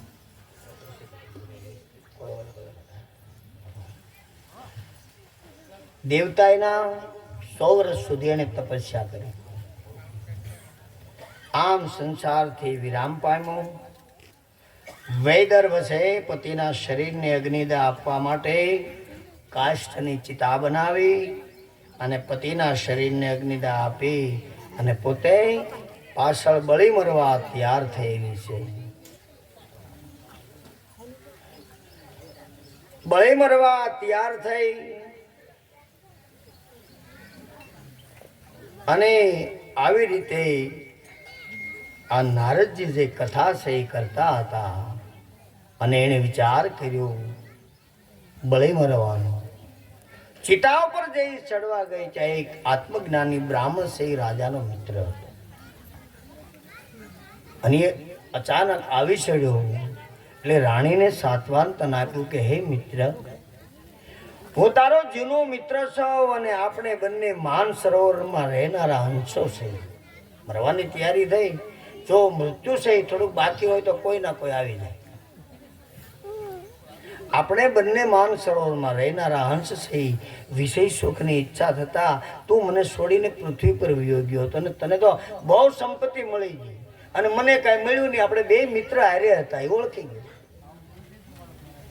અને કોઈ સ્ત્રીએ બનાવેલું વિષય ભોગનું નગર જોયું, ત્યાં એ સ્ત્રીને જોઈને તું રોકાઈ ગયો. એ બધું યાદ કર. આપણે આગળ મિત્ર હતા અને તું મને મૂકીને વયો ત્યારે પુરંજનના રૂપકની સમજ નારદજી આ કથા પ્રાચીન મહર્ષિને જ્ઞાન આપવા માટે કરી. કે એક રૂપક તરીકે કહી કે આ શરીર રૂપી જે નગર છે એમાં રહેલું આત્મા રૂપી પુરુષ છે એની બુદ્ધિ રૂપી સ્ત્રીને જ્યારે વંશ થઈ જાય ત્યારે આ નગરની અંદર શરીર રૂપી બુદ્ધિ રૂપી સ્ત્રીએ તેને વંશ કર્યો તો તેની સાથે સમૃદ્ધિ છે જ્ઞાન વસ્ત થઈ જાય. પ્રવૃત્તિ અને નિવૃત્તિ જે રાક્ષસ વૃત્તિ છે એ આત્મજ્ઞાન અને કોઈ પણ પ્રકારના જ્ઞાનને નાશ કરનારી છે કથાકાર કહે. અને એ સમૃદ્ધિ બ્રહ્મ તત્વની જે છે એ ભ્રષ્ટ થયા પછી પાપી દશામાં એ પામે. વિદર્ભ રાજાની પુત્રી નથી. આ મૃત્યુ પામેલો રાજા તારો પતિ નથી. પુરંજન પણ કોઈ નથી. આ તો સર્જેલી માયા છે. જેમ વિશ્વામિત્ર મુનિએ માયા સર્જી અને હરિશ્ચંદ્ર રાજાનું સર્વસ્વ વેસાવી નાખ્યું એમ આ પરમાત્માની લીલા છે. એ મારી લીલાને મારો હોય એ ભગવાન કહી જાણી શકે. આ રીતે હૃદય રૂપી માન સરોવરમાં વસનારો ક્ષેત્ર છે એ જીવ છે અને એ જ હંસ છે. આ તો પ્રકૃતિમાં આવે ત્યારે જીવ, નતર બાકી તો શિવ ને જીવ એ બે શિવ જ છે. હંસ અને પરમહંસની જે ગતિ છે પરમાત્માની. તો હે ભગવાન, આવી રીતે આ કથા છે પુરંજન રાજાની કીધી ચતુર્થ શ્લોકની અંદર. અને સુખદેવજી મહારાજ કહેવા લાગ્યા કે હે રાજન, હું તને 7 દિવસમાં મુક્તિ આપે. કારણ કે બ્રહ્મ તત્વ જે છે એ વાસનાઓને મારણ કરવાની આ ભાગવતની કથા છે. જેમ કોઈ પણ પ્રકારનો રોગ લાગ્યો હોય અને ડૉક્ટર દવા આપી દે એની મટી જાય, એમ સદગુરુ દ્વારા આ બ્રહ્મ તત્વ જો આપવામાં આવે તો બહુ રોગ મટી જાય. જન્મ મરણના ફેરા તો છે. કારણ કે એક પ્રભાતિની અંદર લખ્યું કે આ કાયા અવિનાશી છે. આ કોઈ દિવસ, કારણ કે વારંવાર માનવ શરીર જે લેવો એ જ મારણ તમારો મોક્ષ છે. અને વળી પરમાત્માનું ભજન. અને પરમાત્મા આ જીવાત્માને શું નથી આપતા અને આપણે એને શું આપીએ એને કારણે બહુ દુઃખ પડે. એ જીવાલા ખંડ રે રોજી હરિના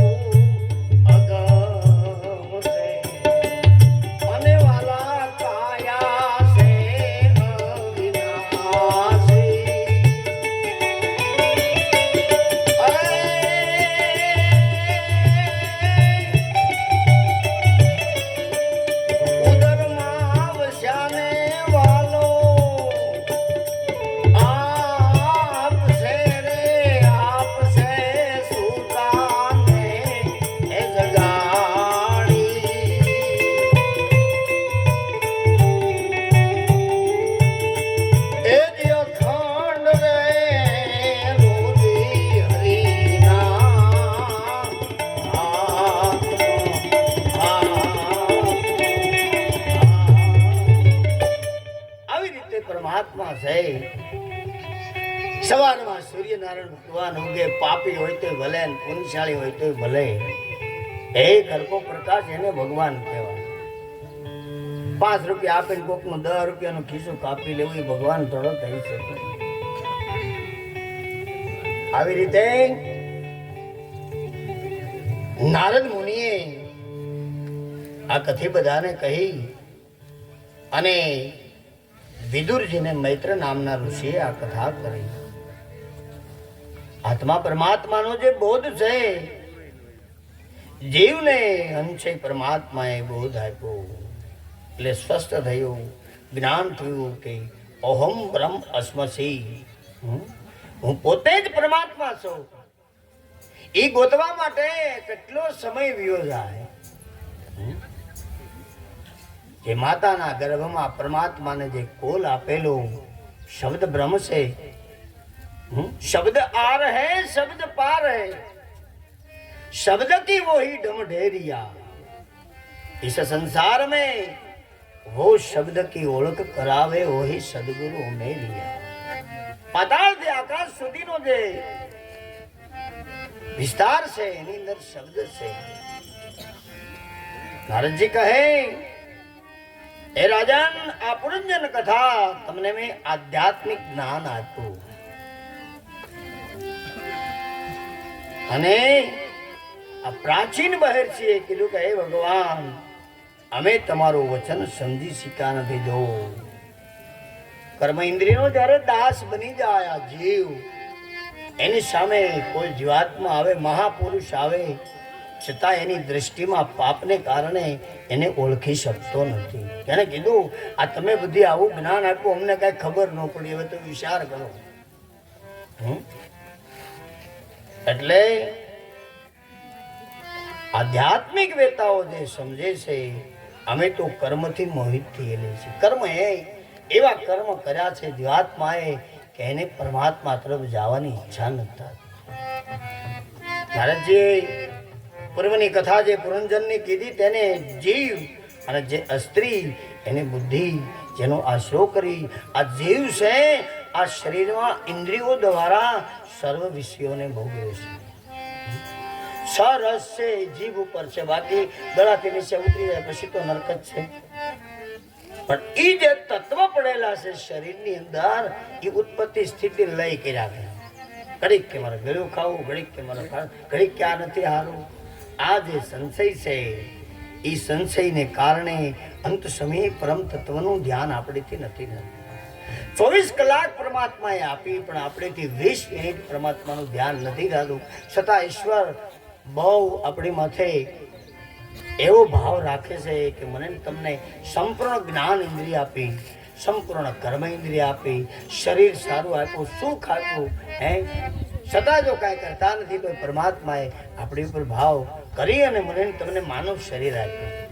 નારદજી કહે કે આ બુદ્ધિરૂપી સ્ત્રીના મિત્ર ઇન્દ્રિયો, સખીઓ અને વૃત્તિઓ સમજે. બૌદ્ધિક તત્વ છે. 3.5 કરોડ નાડી આ શરીરમાં હાલે એવું મહાપુરુષનું મેં વચન સાંભળેલું છે. કારણ કે હરેક નાડી હાલતી હોય, નાડીનો દેવતા તો હોય જ. ડાબી ઈંગલા, જમણી પિંગલા અને વચલી નાડી જે છે સૂક્ષ્મણા, એની અંદર પરમ તત્વ રહેલું છે. કારણ કે ચંદ્ર નાડી છે એ જલ તત્વથી બનેલી હોય છે અને અનાજનું જે પોષણ કરનારી છે એ પિંગલા નાડી. આ બંને નાડીનો ભેદ જાણે એ સદગુરુનું વચન પ્રમાણે, વેદ પ્રમાણે. અને આવી રીતે આ નારદજી છે બધી વાત કરી. જીવાત્મા પોતાનું સ્વરૂપ જાણ્યા વગર પ્રકૃતિના ગુણમાં ઈ આસક્ત બને. શૃંગાર રસ જે છે, પતંગિયાને ખબર છે કે હું આ અગ્નિમાં પડીશ, મારું મરણ થાય, પણ એનું એવું મોહ તત્વ છે, આખું શરીર હોમી દે, પણ એ પતંગિયો એમાં પડે. એમાં જીવની જે ગતિ છે, ભલે દુઃખ પડે છે, થવું થાય, બાકી આ મારે કરવું છે, એ જે તત્વ છે 84 લક્ષ તરફ લઈ જવા. અને કર્મ અનુસાર જન્મ પામ્યા કરે. જીવ દરેક વખતે જુદા જુદા રૂપે જન્મે છે. એક શરીર હોતું નથી ભગવાન કહે, અને ભાગ્ય અનુસાર એને સુખ દુઃખ આવે છે.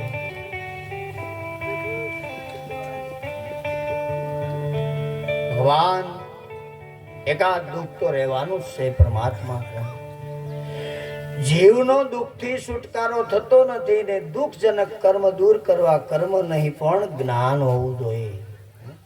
કોઈ પાપ થઈ ગયું હોય તો એને પ્રાયશ્ચિતનું જ્ઞાન તો હોવું જોઈએ ને. સારું કામ કર્યું, ચાલો આપણને મુક્તિ નથી આપતું બરાબર છે, પણ મને તમને સુખ તો આપે ને. તો ઓલું જે કર્મ છે સત્વહીન, જેનામાં સત્યતા હોતી નથી, એવું જે કર્મ છે એ મને તમને દુઃખ આપે, એનું પ્રાયશ્ચિત મારી પાસે નથી. તો ભગવાને, મહાપુરુષે, આપણા પૂર્વજોએ આવી કથાઓ એવો અનુભવ કરી કરી અને પરમાત્માના ધામ તરફ લઈ જવા માટે રસ્તો બનાવ્યો. કોઈ ભાગવતનો સહારો લે, કોઈ રામાયણનો સહારો લે, કોઈ વેદોનો સહારો લે, કોઈ પુરાણોનો લે. રામકથા થઈ તો ગ્રસ્ત ધર્મની અંદર તુલસીદાસજીએ બહુ સારી એમ કે એમાં કોઈ કોઈ વસ્તુ કર્મ ઘટે નહીં. માતાઓ છે એમાંથી કર્મ લઈ કૌશલ્યા, સુમિત્રા, કૈકેયી, તમે એના પાત્ર જોવો. અમુક પાત્ર ઉપર જ રામકથા રહેલી છે. તમે વિચાર કરો કે 14 વર્ષનો વનવાસ ભગવાન રામને હતો, તો સીતાજી શા માટે ગયા? જેને વનવાસ હોય, મંથરાએ દશરથ રાજા પાસે વચન માંગ્યું, મારા ભરતને ગાદી અને રામને વનવાસ. સીતાજીએ કીધું કે જો હું આની હારે નહીં જાઉં તો આ ભારતની જે આ પૃથ્વીની આર્ય નારી છે એ કાલે એના પતિનું અપમાન કરશે કે સીતાજી જેવા નહોતા જે અમારે હું તમારી હારે લેના દેના છે. એટલા માટે આ જગતનો ધર્મ નિભાવવા માટે સીતાજીએ 14 વર્ષ એની સાથે વનમાં ભટક્યા. પોતાનો જે સ્વધર્મ છે અને સ્વધર્મનું પાલન કહે તો એ કોઈ દી દુઃખી હોતો નથી. બીજાનો ધર્મનો આચરણ ભગવાને ગીતાજીમાં ના પાડી છે. તો આવી રીતે પુરંજન રાજાની કથા સાંભળી કે આ જીવ છે એ શિવ છે, છતાં કર્મ ઇન્દ્રિયને વંશ થઈ અને અધર્મનું પાલન કરે તો અંત સમયે પછી જેને રહેવાનું સ્થાન આ શરીર છે એ તો નાશ થઈ જાય. પછી વાયુ તરીકે એને ભમવું પડે, પરિવારને દુઃખ દેવા પડે. આ પ્રેત આત્માઓના દુઃખને કારણે આ બધી કથાઓ આપણા મહાપુરુષોએ બનાવી.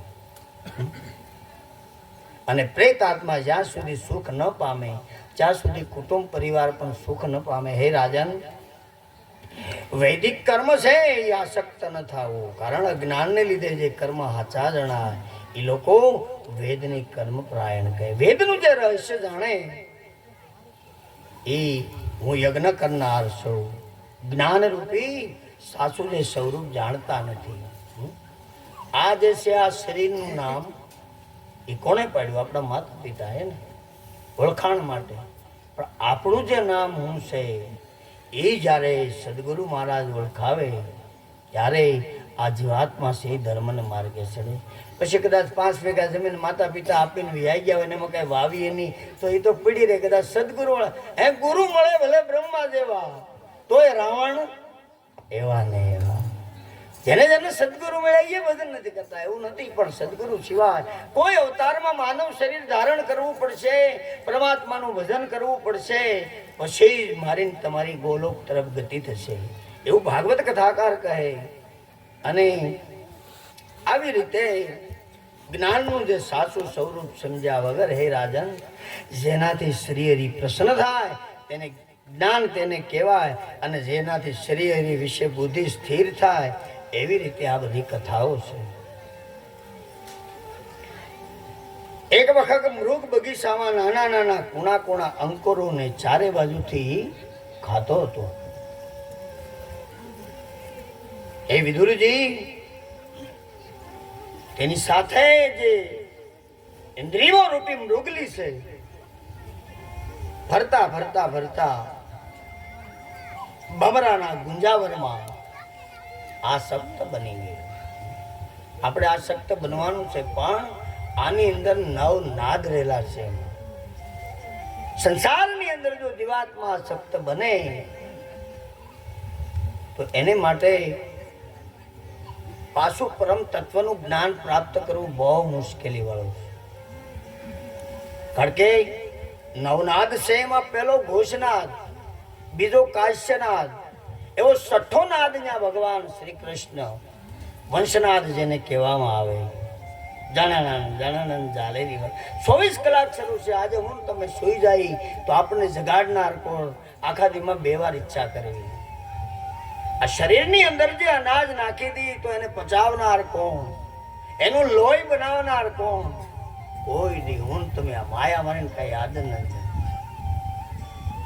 ભગવાન કહે કે આ મુગલો છે, એની પાછળ જે જીવ છે, એની આગળ પાછળ જે ઇન્દ્રિયો મૃગલીઓ છે, એ અવાજમાં આસક્ત વિના, એટલે ઈ બાજુ એક વરુઓ પકડવા માટે એક શિકારી આવે અને ઈ શિકારી બાણ રાખીને ઉભો હતો. એને કીધું આવો મૃગ તમે પોતે છો, તમે સ્ત્રીઓના શરણરૂપ આ ઘરરૂપી આશરામાં ઇન્દ્રિયોનું અલ્પકામ સુખ શોધ્યા કરો છો. સ્ત્રીઓની સાથે રહી અને તમારું મન છે એમાં સક્તબીનું વરુઓના ટોળા થકી આયુષ લઈ જતા કાળના સૂક્ષ્મ અંશ તરીકે તાકી રહેલા છે. જ્યારે કાળ આવી જશે આ બધી છે તમે મુક્ત થાઓ અને ઇન્દ્રિયોમાં આસક્ત ન બનો. અને બીજી બાજુ મૃત્યુરૂપી શિકારી પોતાના ગુપ્ત બાણ વડે વીંધી નાખી અને ગ્રસ્ત ધર્મને છોડી દે ઈશ્વરને તમે પ્રસન્ન કરો. વિષય તત્વની અંદર જે તમારો ભાવ છે એનો તમે ત્યાગ કરો. આવી રીતે સુખદેવજી મહારાજે ગંગા નદીને કિનારે 3જા દિવસની જે આ કથા છે એ પરીક્ષિત રાજાને કહી. યમુના નદીને કિનારે આ જે કથા છે એ વિદુરજીને મૈત્ર નામના ઋષિએ સમજાવી અને આધ્યાત્મિક જ્ઞાન જે આગળ કથા કરી એ પુરંજન રાજાના ઇતિહાસમાંથી નારદજીએ અને પૃથુ રાજાને સનત કુમારે ભગવાન આપ્યું, એની ભગવાનનું આધ્યાત્મિક જ્ઞાન આપ્યું, એ કથા કરી. અહીંયા મહેમાનો પધાર્યા છે, એનું સ્વાગત છે. ખાટાભાઈને કોઈનું સ્વાગત કરવું હોય તો આપણી પાસે 5-10 મિનિટ છે, પધારે. બાકી તો પછી એકાદો રાસ લઈ અને પછી આપણે બ્રહ્મભોજન તરફ જવાનું છે.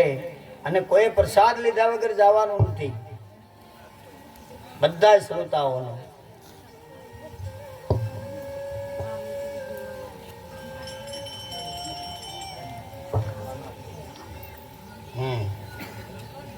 હા છે ને.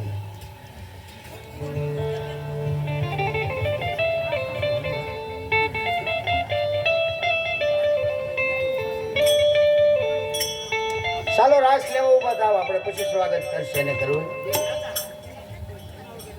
નહીં. નહીં આપણે કહી દીધું કોઈને કાટાભાઈનું ખાસ આમંત્રણ, કોઈ પ્રસાદ લીધા જેવા કોઈને જવાનું નથી. હાલો એક રાસ લેવડાવી દો. હાલો નહીતર કે આ દાદા ભાષા કરે છે, અમને કઈ રાસ જ નથી લેવડાવે. અને હે ભાઈ ખાટાભાઈ, મારી કથા મેરિયાણા હતી અને મોહન દાદાએ તમને વહેલા બને રાસ લેવડાવે અને રાસ તો લેવડાવવો પડશે ને. એમ થોડો હાલે સાહેબ. હે મેરિયાણા કથામાં અને મારો ઉતારો જ મોહન દાદાને ઘેરે.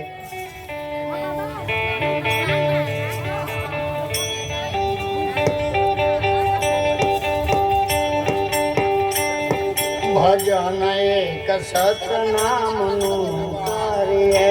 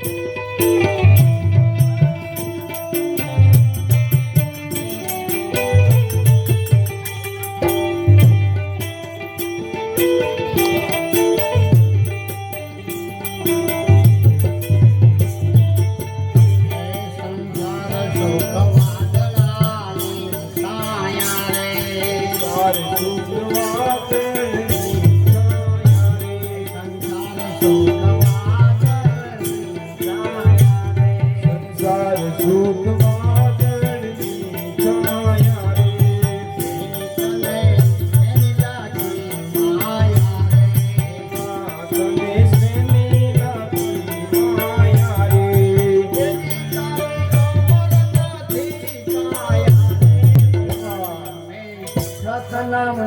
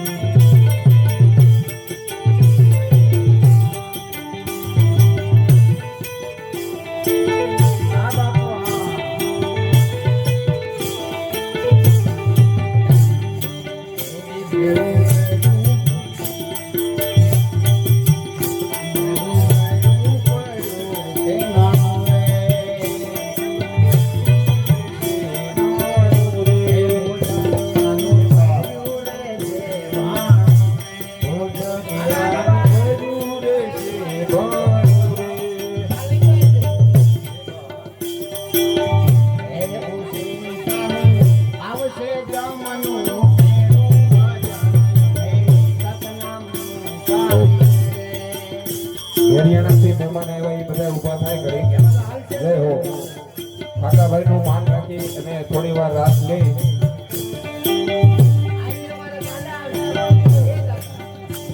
એ